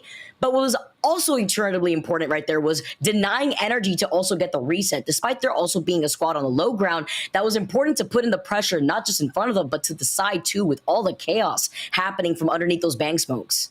Yeah, I really loved the calls coming out of Sweet and the team there at NRG, making that move to mirror kind of Dark Zero's rotation. They saw them leave the building, so they stepped forward into the building that Dark Zero was previously occupying, utilizing the Dark Veil, that cat wall, to hit the rotation on closer into the next zone, but playing that fence. And it's really challenging, right? Because sometimes when a member of NRG will go down, Sweet will be like, hey, yo, this is great. We can play the knockdown. And sometimes it's better to have that knockdown shield if you've got a purple one with all of the health associated with that. So the 2 members of NRG can kind of pivot behind that. But there was just really nowhere for them to go with such an open-ended game, especially what we see in Storm Point. Anytime you have to pull out to the water, out into the open, and a lot of these teams not utilizing something that's going to have them find success. Optic, you know, that Dark Veil helped them for 30 seconds, but the moment it went down, it was an all-out bloodbath.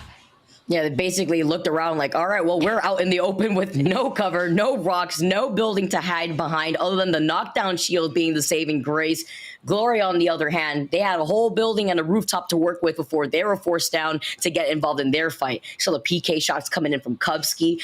Glory definitely needed that right there. And it's nice that they were able to close out that game number 5, because before that game, I think they were sitting in 19th in the end part of the overall standing. So that's going to be a great game for them to come out on top. I believe they also secured like 8 KP by the end of that. Something that's really good to note is if you feel like you can get a win here in a stacked lobby as such, it can really boost your confidence moving forward. So I think that is something that we need to look at a lot. It's for some of these teams that you may not immediately look at the list of 20 teams that are playing in the lobby and be like, oh, they're going to win. It's like, no, they just did. They just won. They've shown you that they know how to do it. And now it's doing it again and again.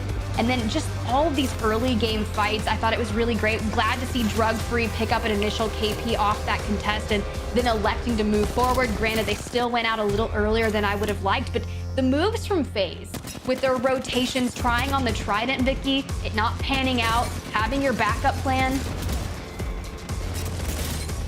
Yeah, very unfortunate right there for them to try to make their rotation away from the Trident. They got stuck a little bit. They were pinned between 2 squads.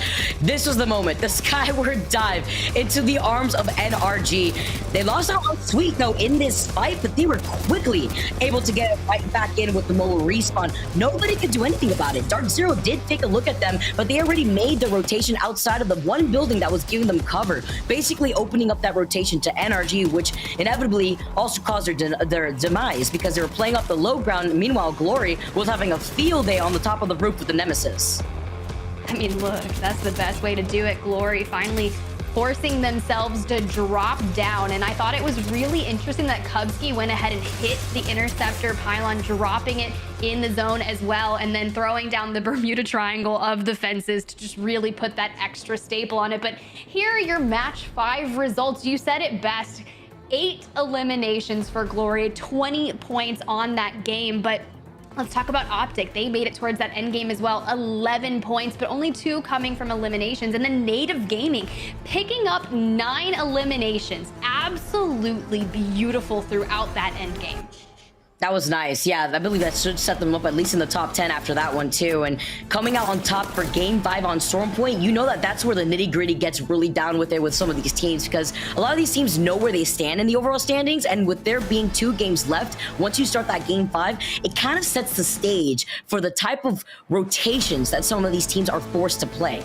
NRG, they started off incredibly strong on Down Beast. They were putting in the pressure. They finished off with 8 KP.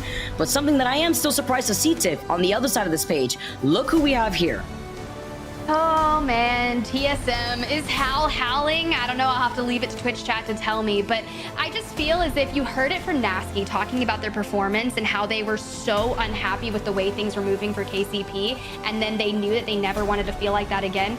I can't imagine TSM is going to let another day like this bounce back. Granted, it's consistency, it's a series, there's 8 other match days after this.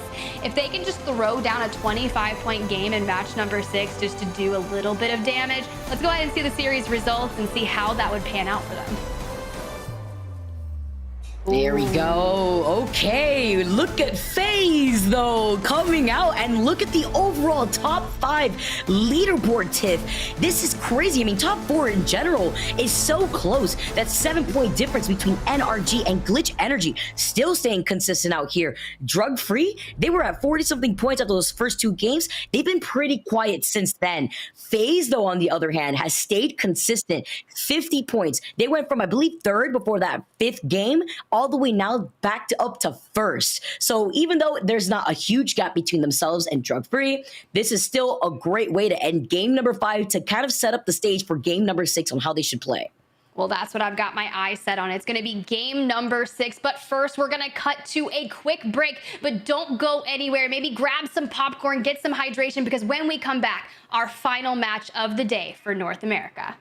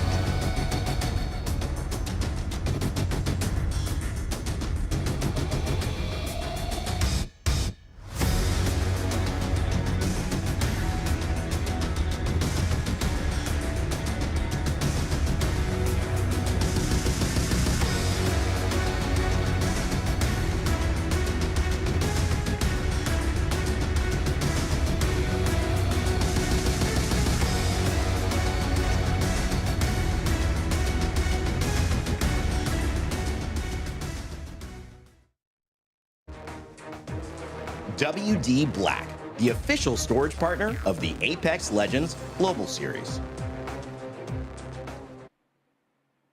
Welcome back. We could not wait any longer to bring you match number 6, so we just had to have just the most minimal break humanly possible. But welcome back, guys. It is game number 6 about to be underway for the North American match day number 1. I'm Spider Tiff, that's Vicky Kitty, and this is the map rotation and the history thus far that we've experienced.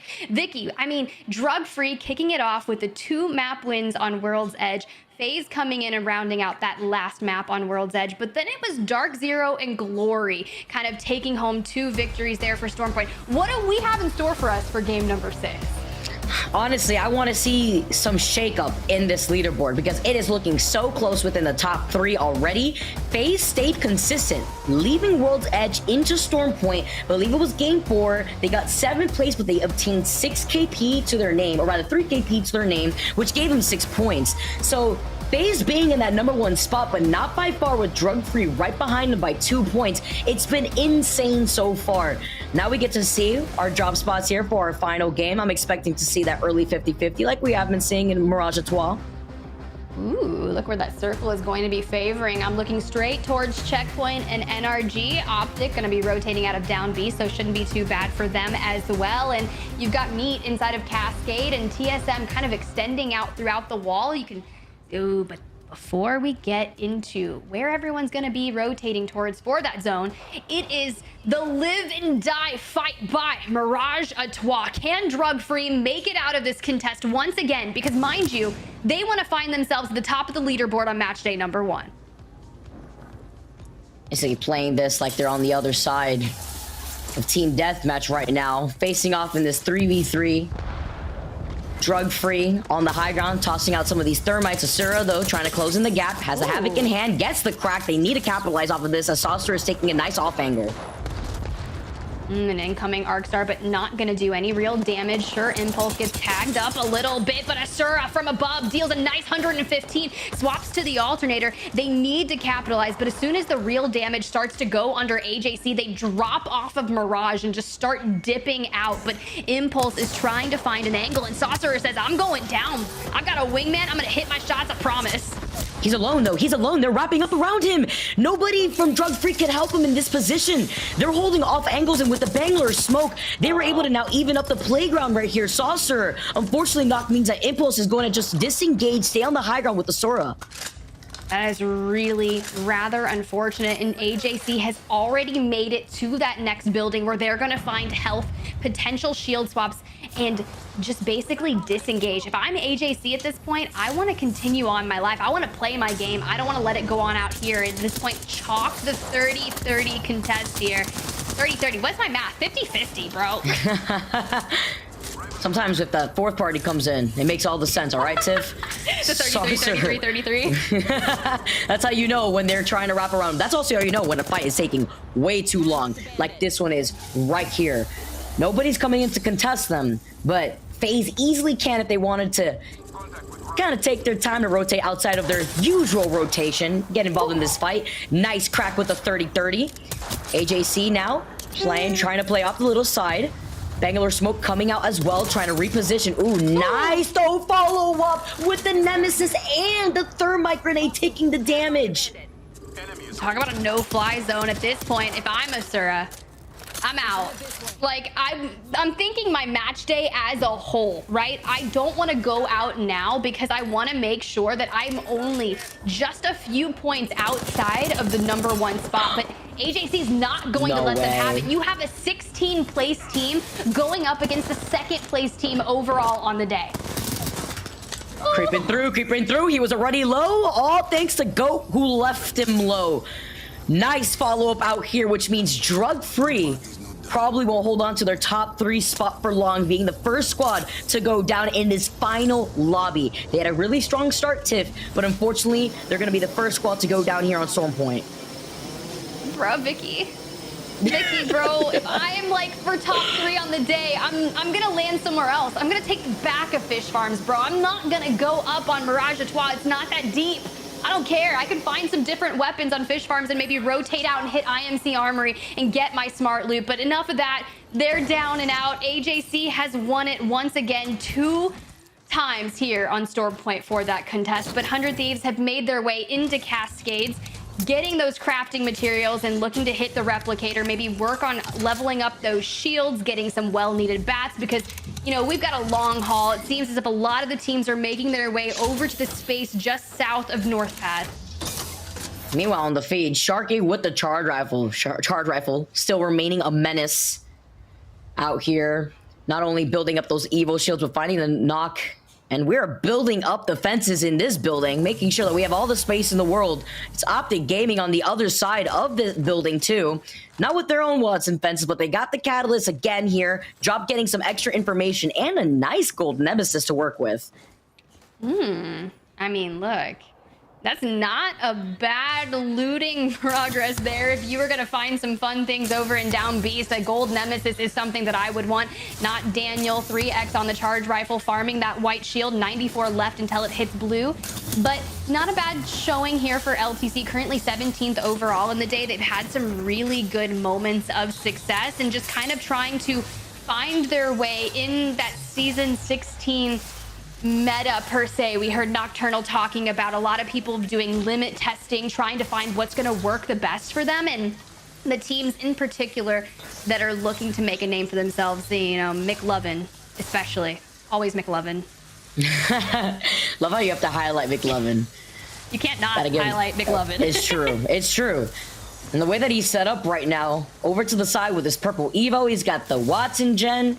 He's looking to serve up the Happy Meal on the other side of those fence lines, but they're not going to be giving up this space. I mean, look at the outer perimeter.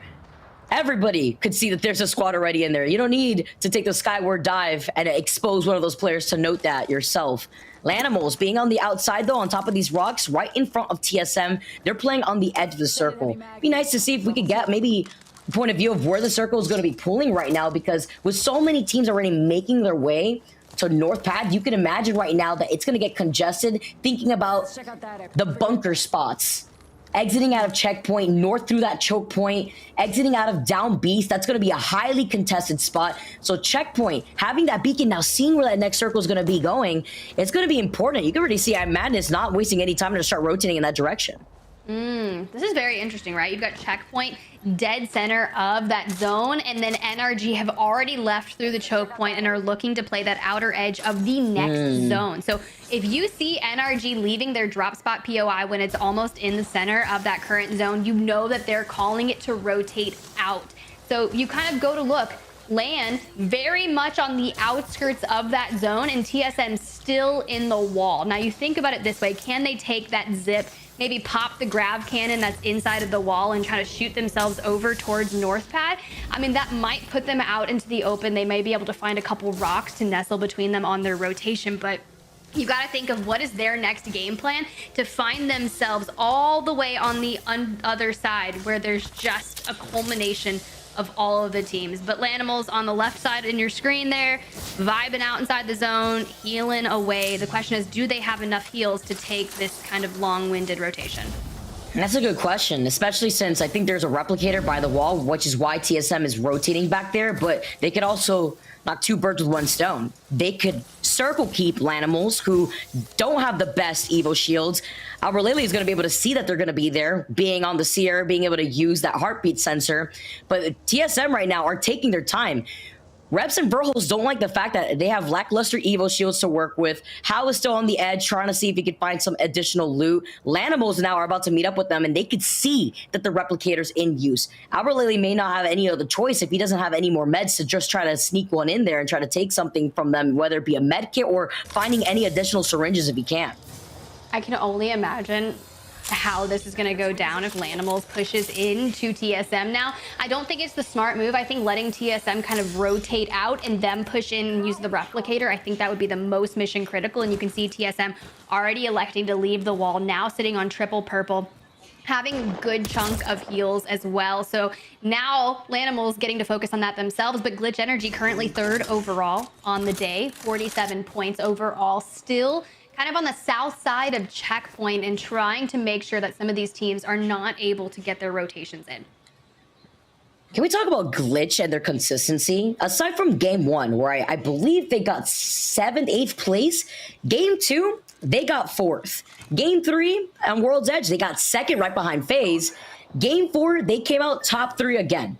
Game 5, again, probably one of their more lackluster performances. They got 13th. Yeah, so they were all the way on the bottom end of the overall standings, but they're still leading the overall standings right now with their consistency in the previous game so far. So it's been interesting to see how both FaZe and Glitch Energy have been able to come up right now in this lobby. 19 squads still alive, and FaZe are taking their time to see who's within this vicinity on this north side. I mean, it's a glow up, right? This is the former BR Demons roster. They were 11th on match day number 1 in Pro League Split 1, now under the Glitch Energy banner and sitting 3rd overall for the day. I mean, not a bad showing thus far, but TSM right now sitting in this choke point here, trying to keep their rotation moving forward, but they are going to get kept out a little bit. Meanwhile, NRG falling off screen. NRG is out at the hands of Optic. TSM now playing on that low ground. You can see the Havoc putting in the work. Taking the split position right now is going to be Reps, while 100 Thieves struggling. Lost out on Scurry, about to get finished right now by TSM, they definitely needed this. CLG also in that fight themselves over on the other side.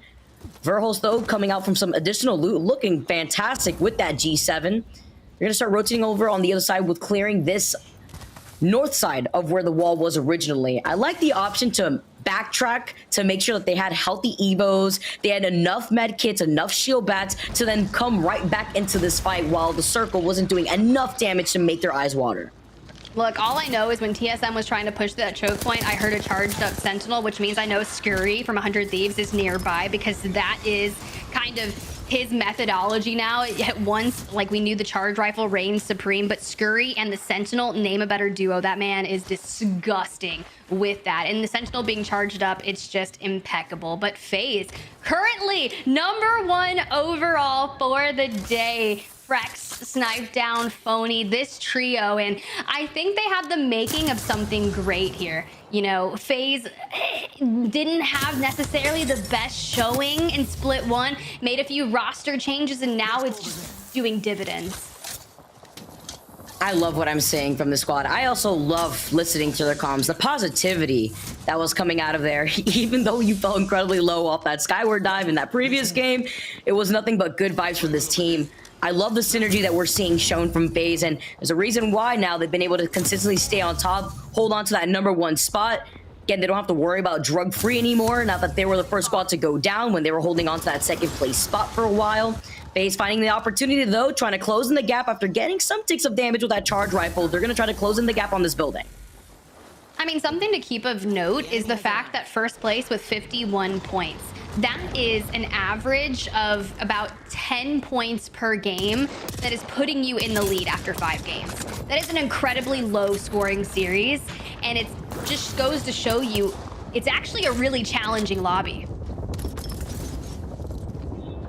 It's been crazy. Look at this, too, in the feed. The creeping barrage from Hal, being on that bang, sending out that ult, getting some knocks, Verhulst popping off, Glory gets taken out. Time to wake up out here, TSM. 17 squads left, and they are playing this very smart on the edge of the circle currently right now. They've cleared out the entire east side, minus 2 teams that are still taking their time to make the rotation into that next circle. You can see it right here, actually. They're going to be holding on to this choke point, which is a very good idea because they could deny the rotation opportunity from the squad that ends up staying on top after exiting out of this fight of checkpoint. In case they don't want to rotate from the backside and they want to take control over that north side, who's going to be waiting for them than none other TSM. Yo, look at where Lan is, too. They have made their way out of the wall and are just on the south side of checkpoint. So quite entertaining there. The fact that they've been able to make that play. There is a ring console, I believe, here at checkpoint as well. And if they can kind of stay here when that happens, yeah, this is going to be on Lan. You can see Lou. The Wraith is getting a little bit of wild, but let's jump into a listen in with FaZe and just hear how they navigate this engagement. They're gonna try to swing left. They wasted all their util. Listen, they wasted all their util. We're good. They're gonna try to take space west. Yeah. All right, let's walk up, walk up, walk up, walk up. You have Cyril? You Here, underneath us, underneath us. Ulting, ulting. Look at that, look at that. Yeah, I'm looking. We don't know what the other ones are. Scanning one. Yeah, I do not know where the other one is. Play slow. He might be far. He's on my door. Careful, on my door. On my door. I'm looking for him. Scan 2. Wraith hit hard. All 3 there. One's looking at me. Crack. Knock one. Well. The other one's swinging. The other one's swinging. One weak. He's not weak. He's like 60 HP or 100 HP. He's finishing me. He's gonna get swapped. Play my armor swap if you have to. Hold your shield. Yeah, I am. Where the fuck is this guy, bro? Fuck. Bro, what? How are we losing that? I don't think you need to did stay anything. right. Yo, Naughty just did a little dancey dance all around FaZe, and Lanimals able to hit the reset after that. So now first place on the match day is going to be out in the open, and Glitch Energy is the closest one to making a play for that. But Vayne and Aiden last alive for the GE team, and they are going for the wide swing, taking a lot of damage, but just trying to put it to bed. And just like that, AJC going down, but now can GE get the reset and then move? They have 55 seconds, and here sees the focus of attention coming in. They were able to get one up, but look who's here. Lanimals moving in after taking their journey around the entirety of the north side of Storm Point, made their way downtown finally, and now trying to take advantage of that knock clear on the other side. Glitch Energy made their way over to the first place spot right now. Now that FaZe, Drug Free are not involved, and they're looking to turn this fight around despite being at disadvantage. Naughty, he gets the one knock. He's playing out the purple knockdown. He gets the wingman shot, and Glitch gets taken out. Lanimals come out on top. They needed that, but Glitch did such an amazing job in that previous 2 fights. They were holding on to 54 points, 2 points right on top of FaZe to secure that first place spot for right now.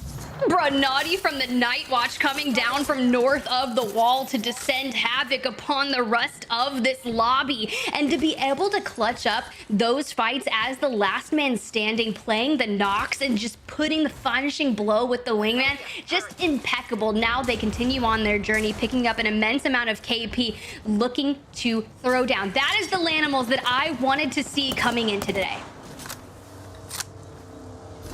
Sometimes it takes a little bit, Tiff, to ramp up, to feel what you gotta work on, especially on the fly in lobbies like this. Dark Zero in an amazing position right now on the high ground. Let's jump into a listen with Dark Zero to see how their comps are sounding. Jumping down. Make sure that's right. Yeah. Look right. It is, but it's like barely. I fucking blocked my phone. Nothing in the right building. Okay, wrapped it. Wrap it, wreck it, pick forward now. Pick it forward. They're fighting. Yes, we need kills. It's safe, 20k left, 20k left. I'm going back then. Nothing on scan. They took portal. One took portal. One guy on scan. Just the building. Get the building. Hit 50. These guys are 3 kills later. I know. They're fighting, kind of. Give me your pep, Jen. They're on roof, boy. Shoot. Shush. Yeah, I'm coming. CC1 dead. Nice. Cancel here. Yeah, I'm coming. I can walk up above them. I'm watching it. They all died. Okay, nice. I can't let these guys grab. We play that side of the building, Jen. We just need to kill this team in front of Hockey. Yep. I need 60 on the rock. No, I'm zero walking life. back up to the rock. They have a bow. There's one duo. It's on the sea. They're fighting building. Close. Walking up. 60, 70 on Valk. She went back. She's back at the rock. Yep. They might Valk. No, they can't Valk out. I can't stop wasting ammo, bro. I'm keeping my ammo. Bow.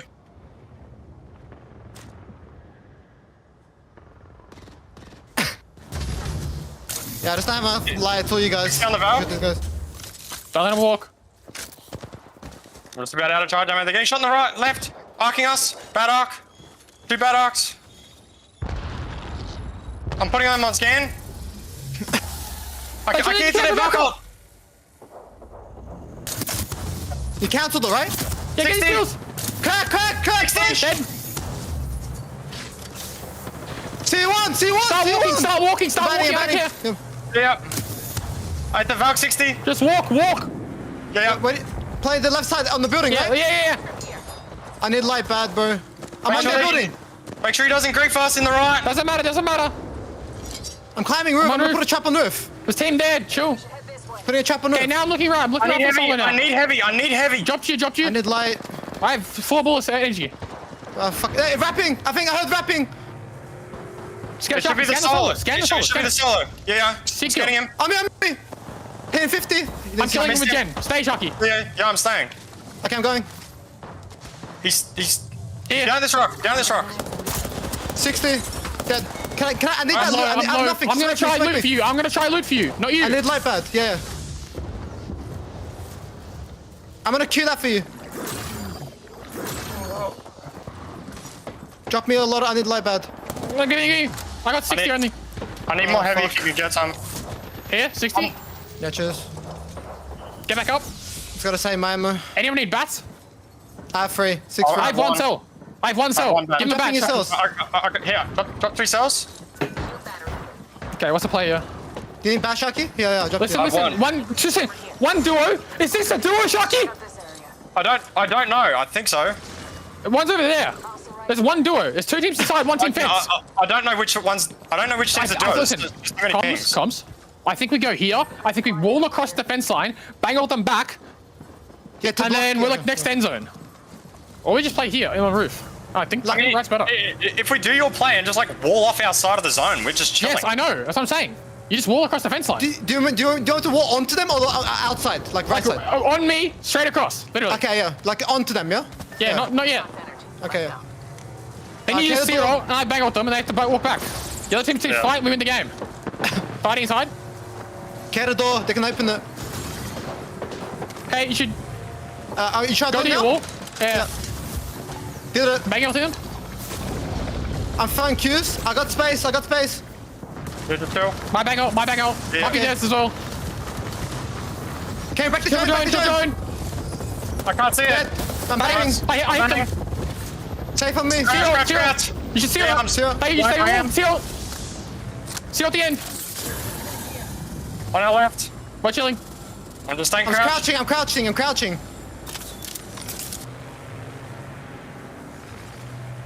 They're in at the end. Maybe. Are we in zero? We're safe here.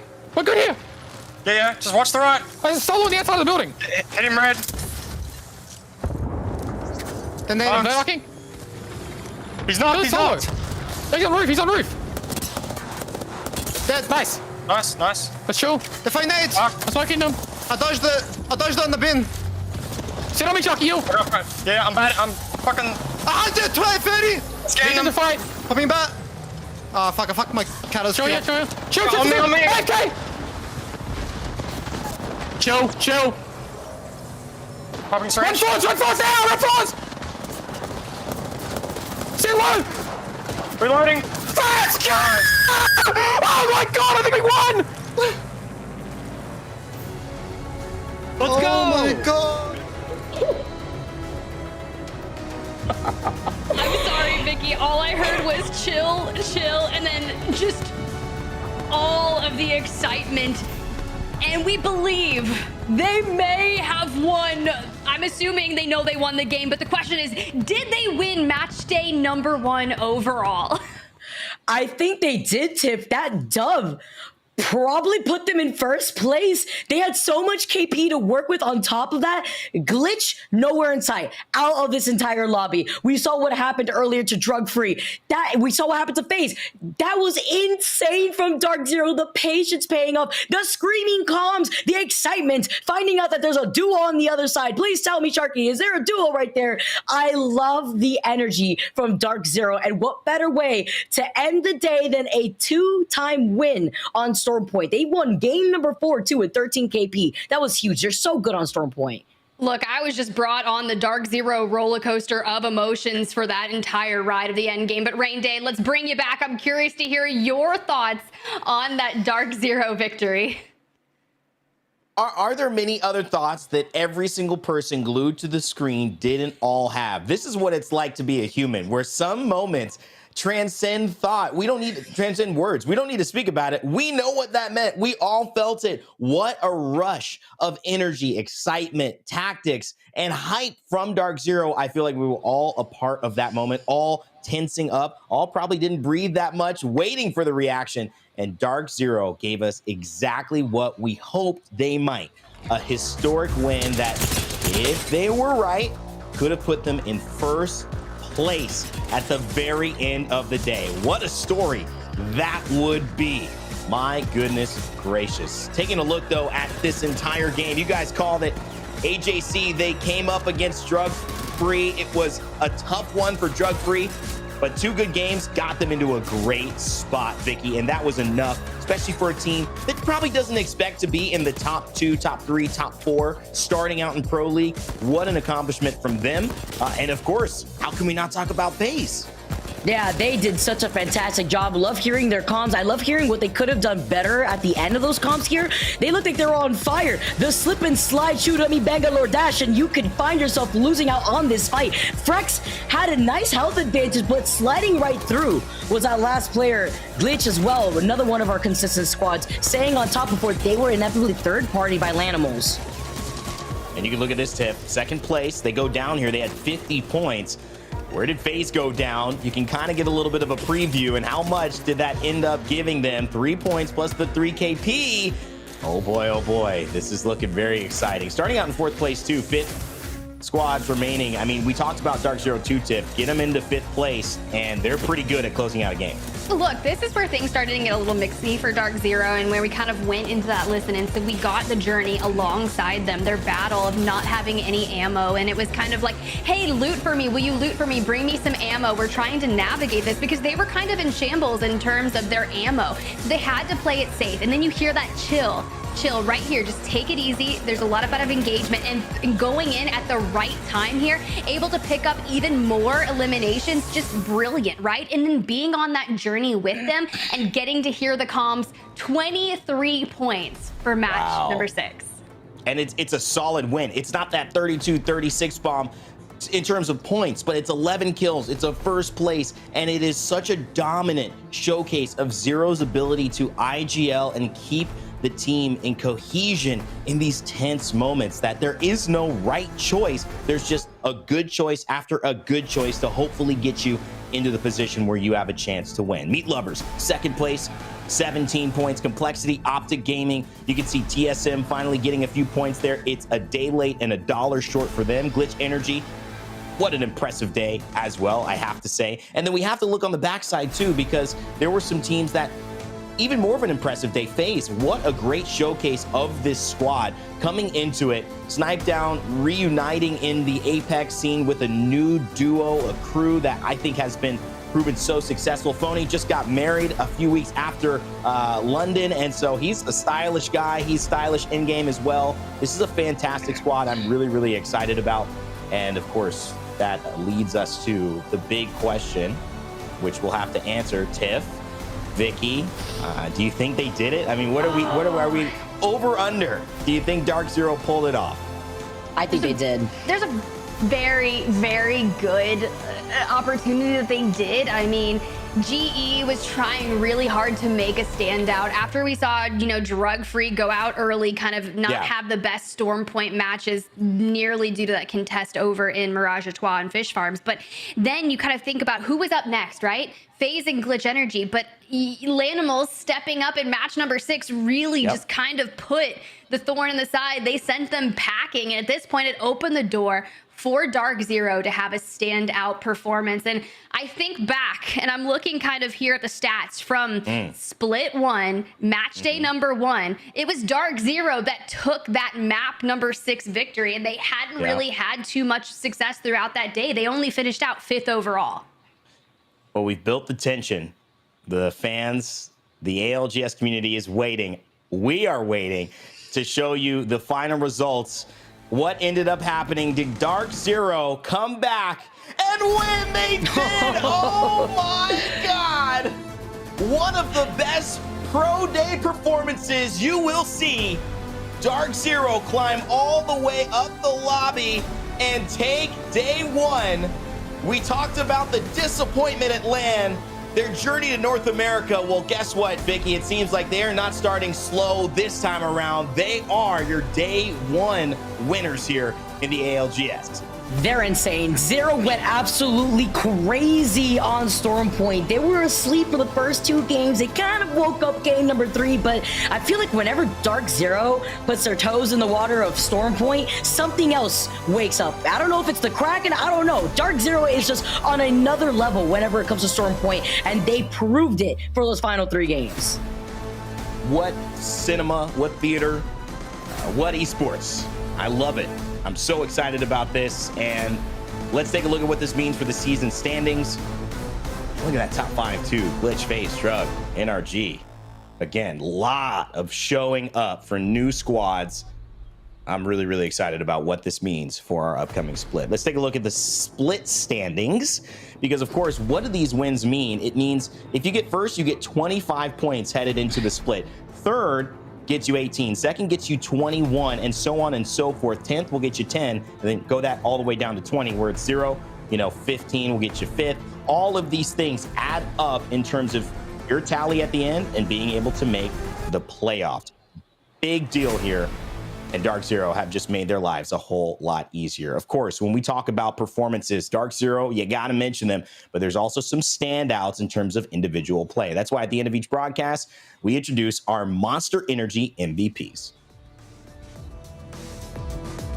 All right, we got Monster Energy MVPs. Tiff, Vicky, you know how we do it. Tiff, I think I'm going to start with you here. Who did you have for your Monster MVP nomination today? All right, so my member that I'm going to be rooting for here is kind of been a journey for them, right? They started out on a different roster, and this roster kind of came together under the banner of FaZe.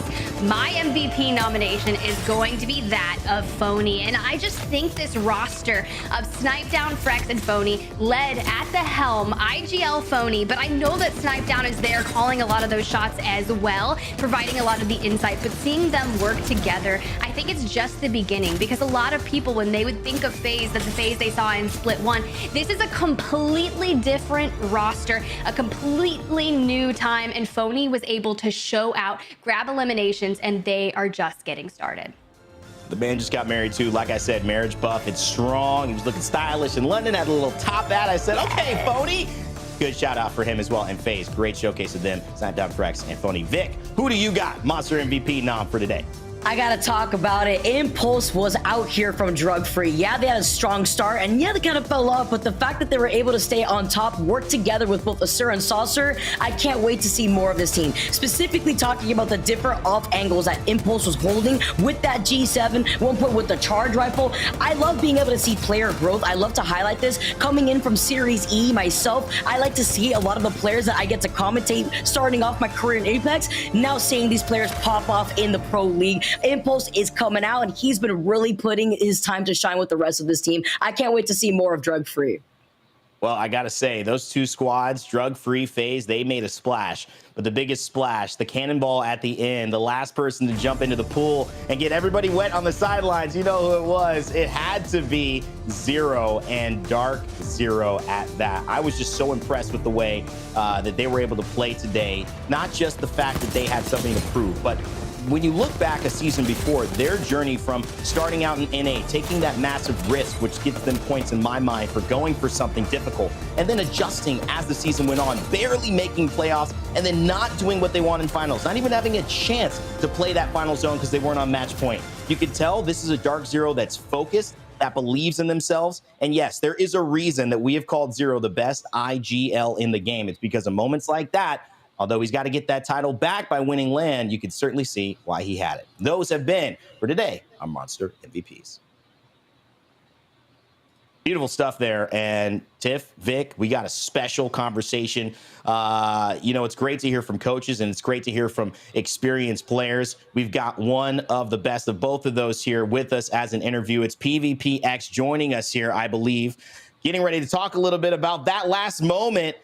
You got the Dark Zero jersey on. You got the pink, the purple, pink flashing background. You got to be feeling amazing, man. Talk to me about that roller coaster of a final game and a final moment, watching on the sidelines, watching with your team. As soon as I saw the zone in the beginning, I was like, I know exactly where they should be, and they got the spot on top down beast, and I just knew it was it. There was just all the dots were connecting, and I was like, we know exactly how to play this zone, and it played exactly how I saw it was going to play out. I love that. I think it was really brilliant. And I know I've had a brief moment to chat with you kind of moving into playoffs and how Dark Zero was feeling. And PvPX, I'm curious, after maybe that LAN performance not necessarily being what they wanted, coming back, having about 30 days before Split 2 to really define especially a new season, how has everyone kind of been navigating it? Because clearly they showed out, looked really impressive. The comms are clear, they're on point, and yeah, a little bit roller coastery, but they navigate it so well. How has that been kind of rolling off London into this? Yeah, they're having fun right now. So I've talked a little bit on this in the past. I joined DZ just before the last split. We had no time in North America to fight for POIs and show a presence and really establish dominance. All throughout last split, we had to play multiple different team comps for multiple different POIs. And that even led into the LAN. And we made it to finals in LAN, but unfortunately the last day didn't go how we wanted it to go. So we made some adjustments on the way back. In the past month of scrims, we have just been doing really, really well. I think we actually were first place overall out of all scrim results for the past month.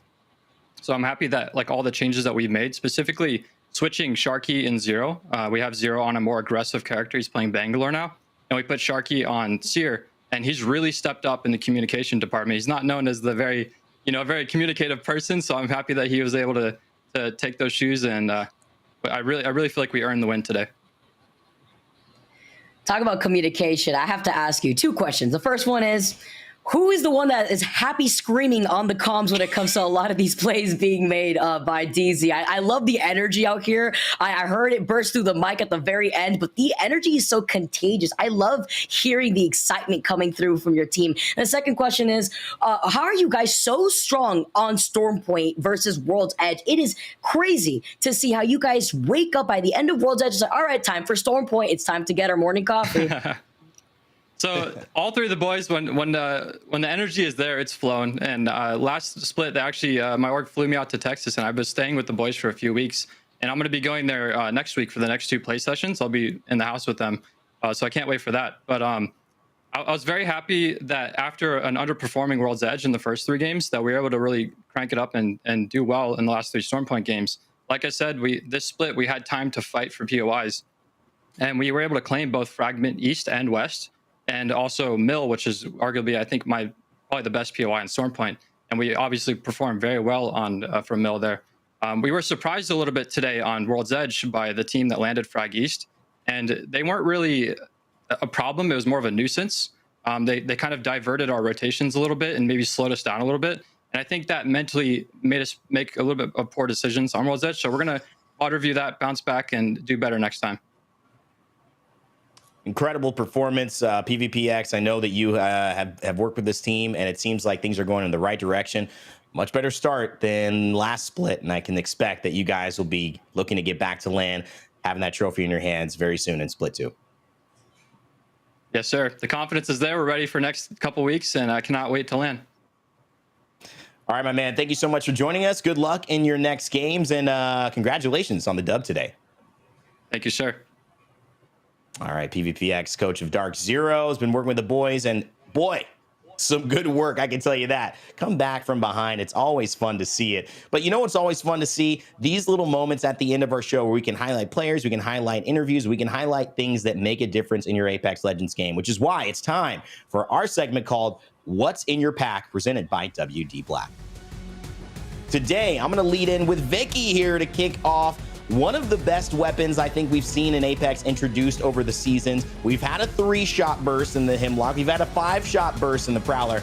Now we got a 4-shot burst. You know what I'm talking about. It's the Nemesis. Walk us through a little bit of the value of the newest weapon in the Apex Legends ecosystem. Love it. The newest weapon to grief me in my own games, but it's strong for a reason out here. And of course, that fire rate, the more that you shoot, is insane. The beamage of damage that it comes out with. Now being the new weapon, so many of these different teams have been using it within their own weapon composition, and it's been clearing out so many players so quickly, especially when you have the focus fire come in. Obviously, focus firing is strong in general, but the Nemesis just beams on another level where early game, it is absolutely lethal. And Tiff, this is one of those things you've been talking about. It ramps up, and it ramps up in a big way to be able to eliminate almost anybody when you hit your shots. Look, I'm not gonna lie, if I'm trying to rotate into a POI and I hear that Nemesis kind of firing at me, I'm doing a little ducking and diving and trying to avoid it at all costs. But the utilization of it at the hands of Glory at that end game, it just really goes to show you they were able to navigate and just do so much damage with little time, right? Protectful, just kind of peeking over the edge, throwing down a couple bursts, going back to the cover. It was just well done. And honestly, it's probably one of my favorite guns that has been introduced when it's in my hands. Only then. Only then, yeah. We don't like it in other people's hands. In ours, we feel good about that. That's your wrap up of the Nemesis. That's been What's in Your Pack, presented by WD Black. Ladies and gentlemen, we have done it. I mean, this has been a great day. It's been one of my favorite days of Apex Legends. I think this has been the best opener, and I think you in the chat can agree. A lot of people behind the scenes, I know a lot of community members are watching, and this is probably the best opening day I think we've ever had at the ALGS, and it's so many different reasons. Tiff, Vicky, I want to give your final thoughts on why today was so special, what it meant to you, and just kind of looking at, you know, the impact of what has happened, and also looking forward to so many more things to come in Split 2. Tiff, I'll start with you. Yeah, I think it's just the new season, right? Season 16 Revelry coming into fruition, a lot of changes with the legend classifications, but not only that, but it's been a lot of teams. I've said it throughout the EMEA, throughout NA broadcast today. It's the teams that are stepping up to challenge the powerhouses, to make their names known. And I think it's really cool that when you shake things up all over the place and people are trying to limit test and figure out what makes them work and how they can utilize whichever legend to their best ability, whichever play style they want. But it comes down to what a lot of players have been mentioning to me when I reach out and I'm like, hey, how are you guys feeling? It's like, we are working on improving our team synergy. It's always that. It's the team dynamics, the ability to work as a trio. It's not harping on which legend is what, it's how they play as a team. And I think the teams coming out of the qualifiers, making a name for themselves, it's just been a beautiful opening day in that regard.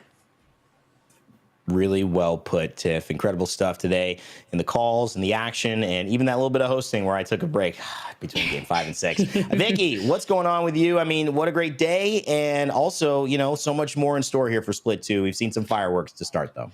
I got to mirror Tiff. Honestly, the changes that Season 16 have brought for us have also shaken up the way that these pros have been playing in the Pro League. Yeah, we've been following scrims, but already after those first 2 games, at that point, seeing Mad Maggie, still seeing Cossack being played. We saw Cossack, Gibby, and Wraith being played out as well in CLG's composition. So much was bringing out a lot of these individual player strengths, where we even heard from Nasky in the EMEA region. We're having fun. We're testing out a lot of things. They think that other teams are going to be testing out these first few days on what composition works for them and their playstyle. And then we heard it from Noct. We're hearing Wraith coming back in. We're seeing Mad Maggie in NA. We're seeing Rampart in EMEA.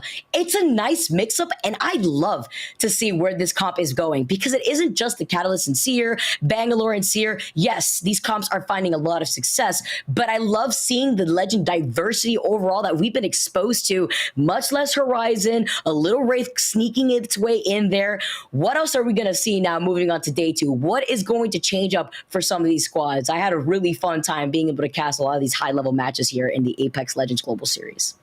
Well, thank you both so much. I mean, you've been with us through Split 1, incredible performances at LAN. Now Split 2, it's time to take a rest. We're going to say goodbye to Tiff and Vicky. Incredible job. Can't wait to see you again on the broadcast. I know it'll be a couple weeks, but I am looking forward to it for sure.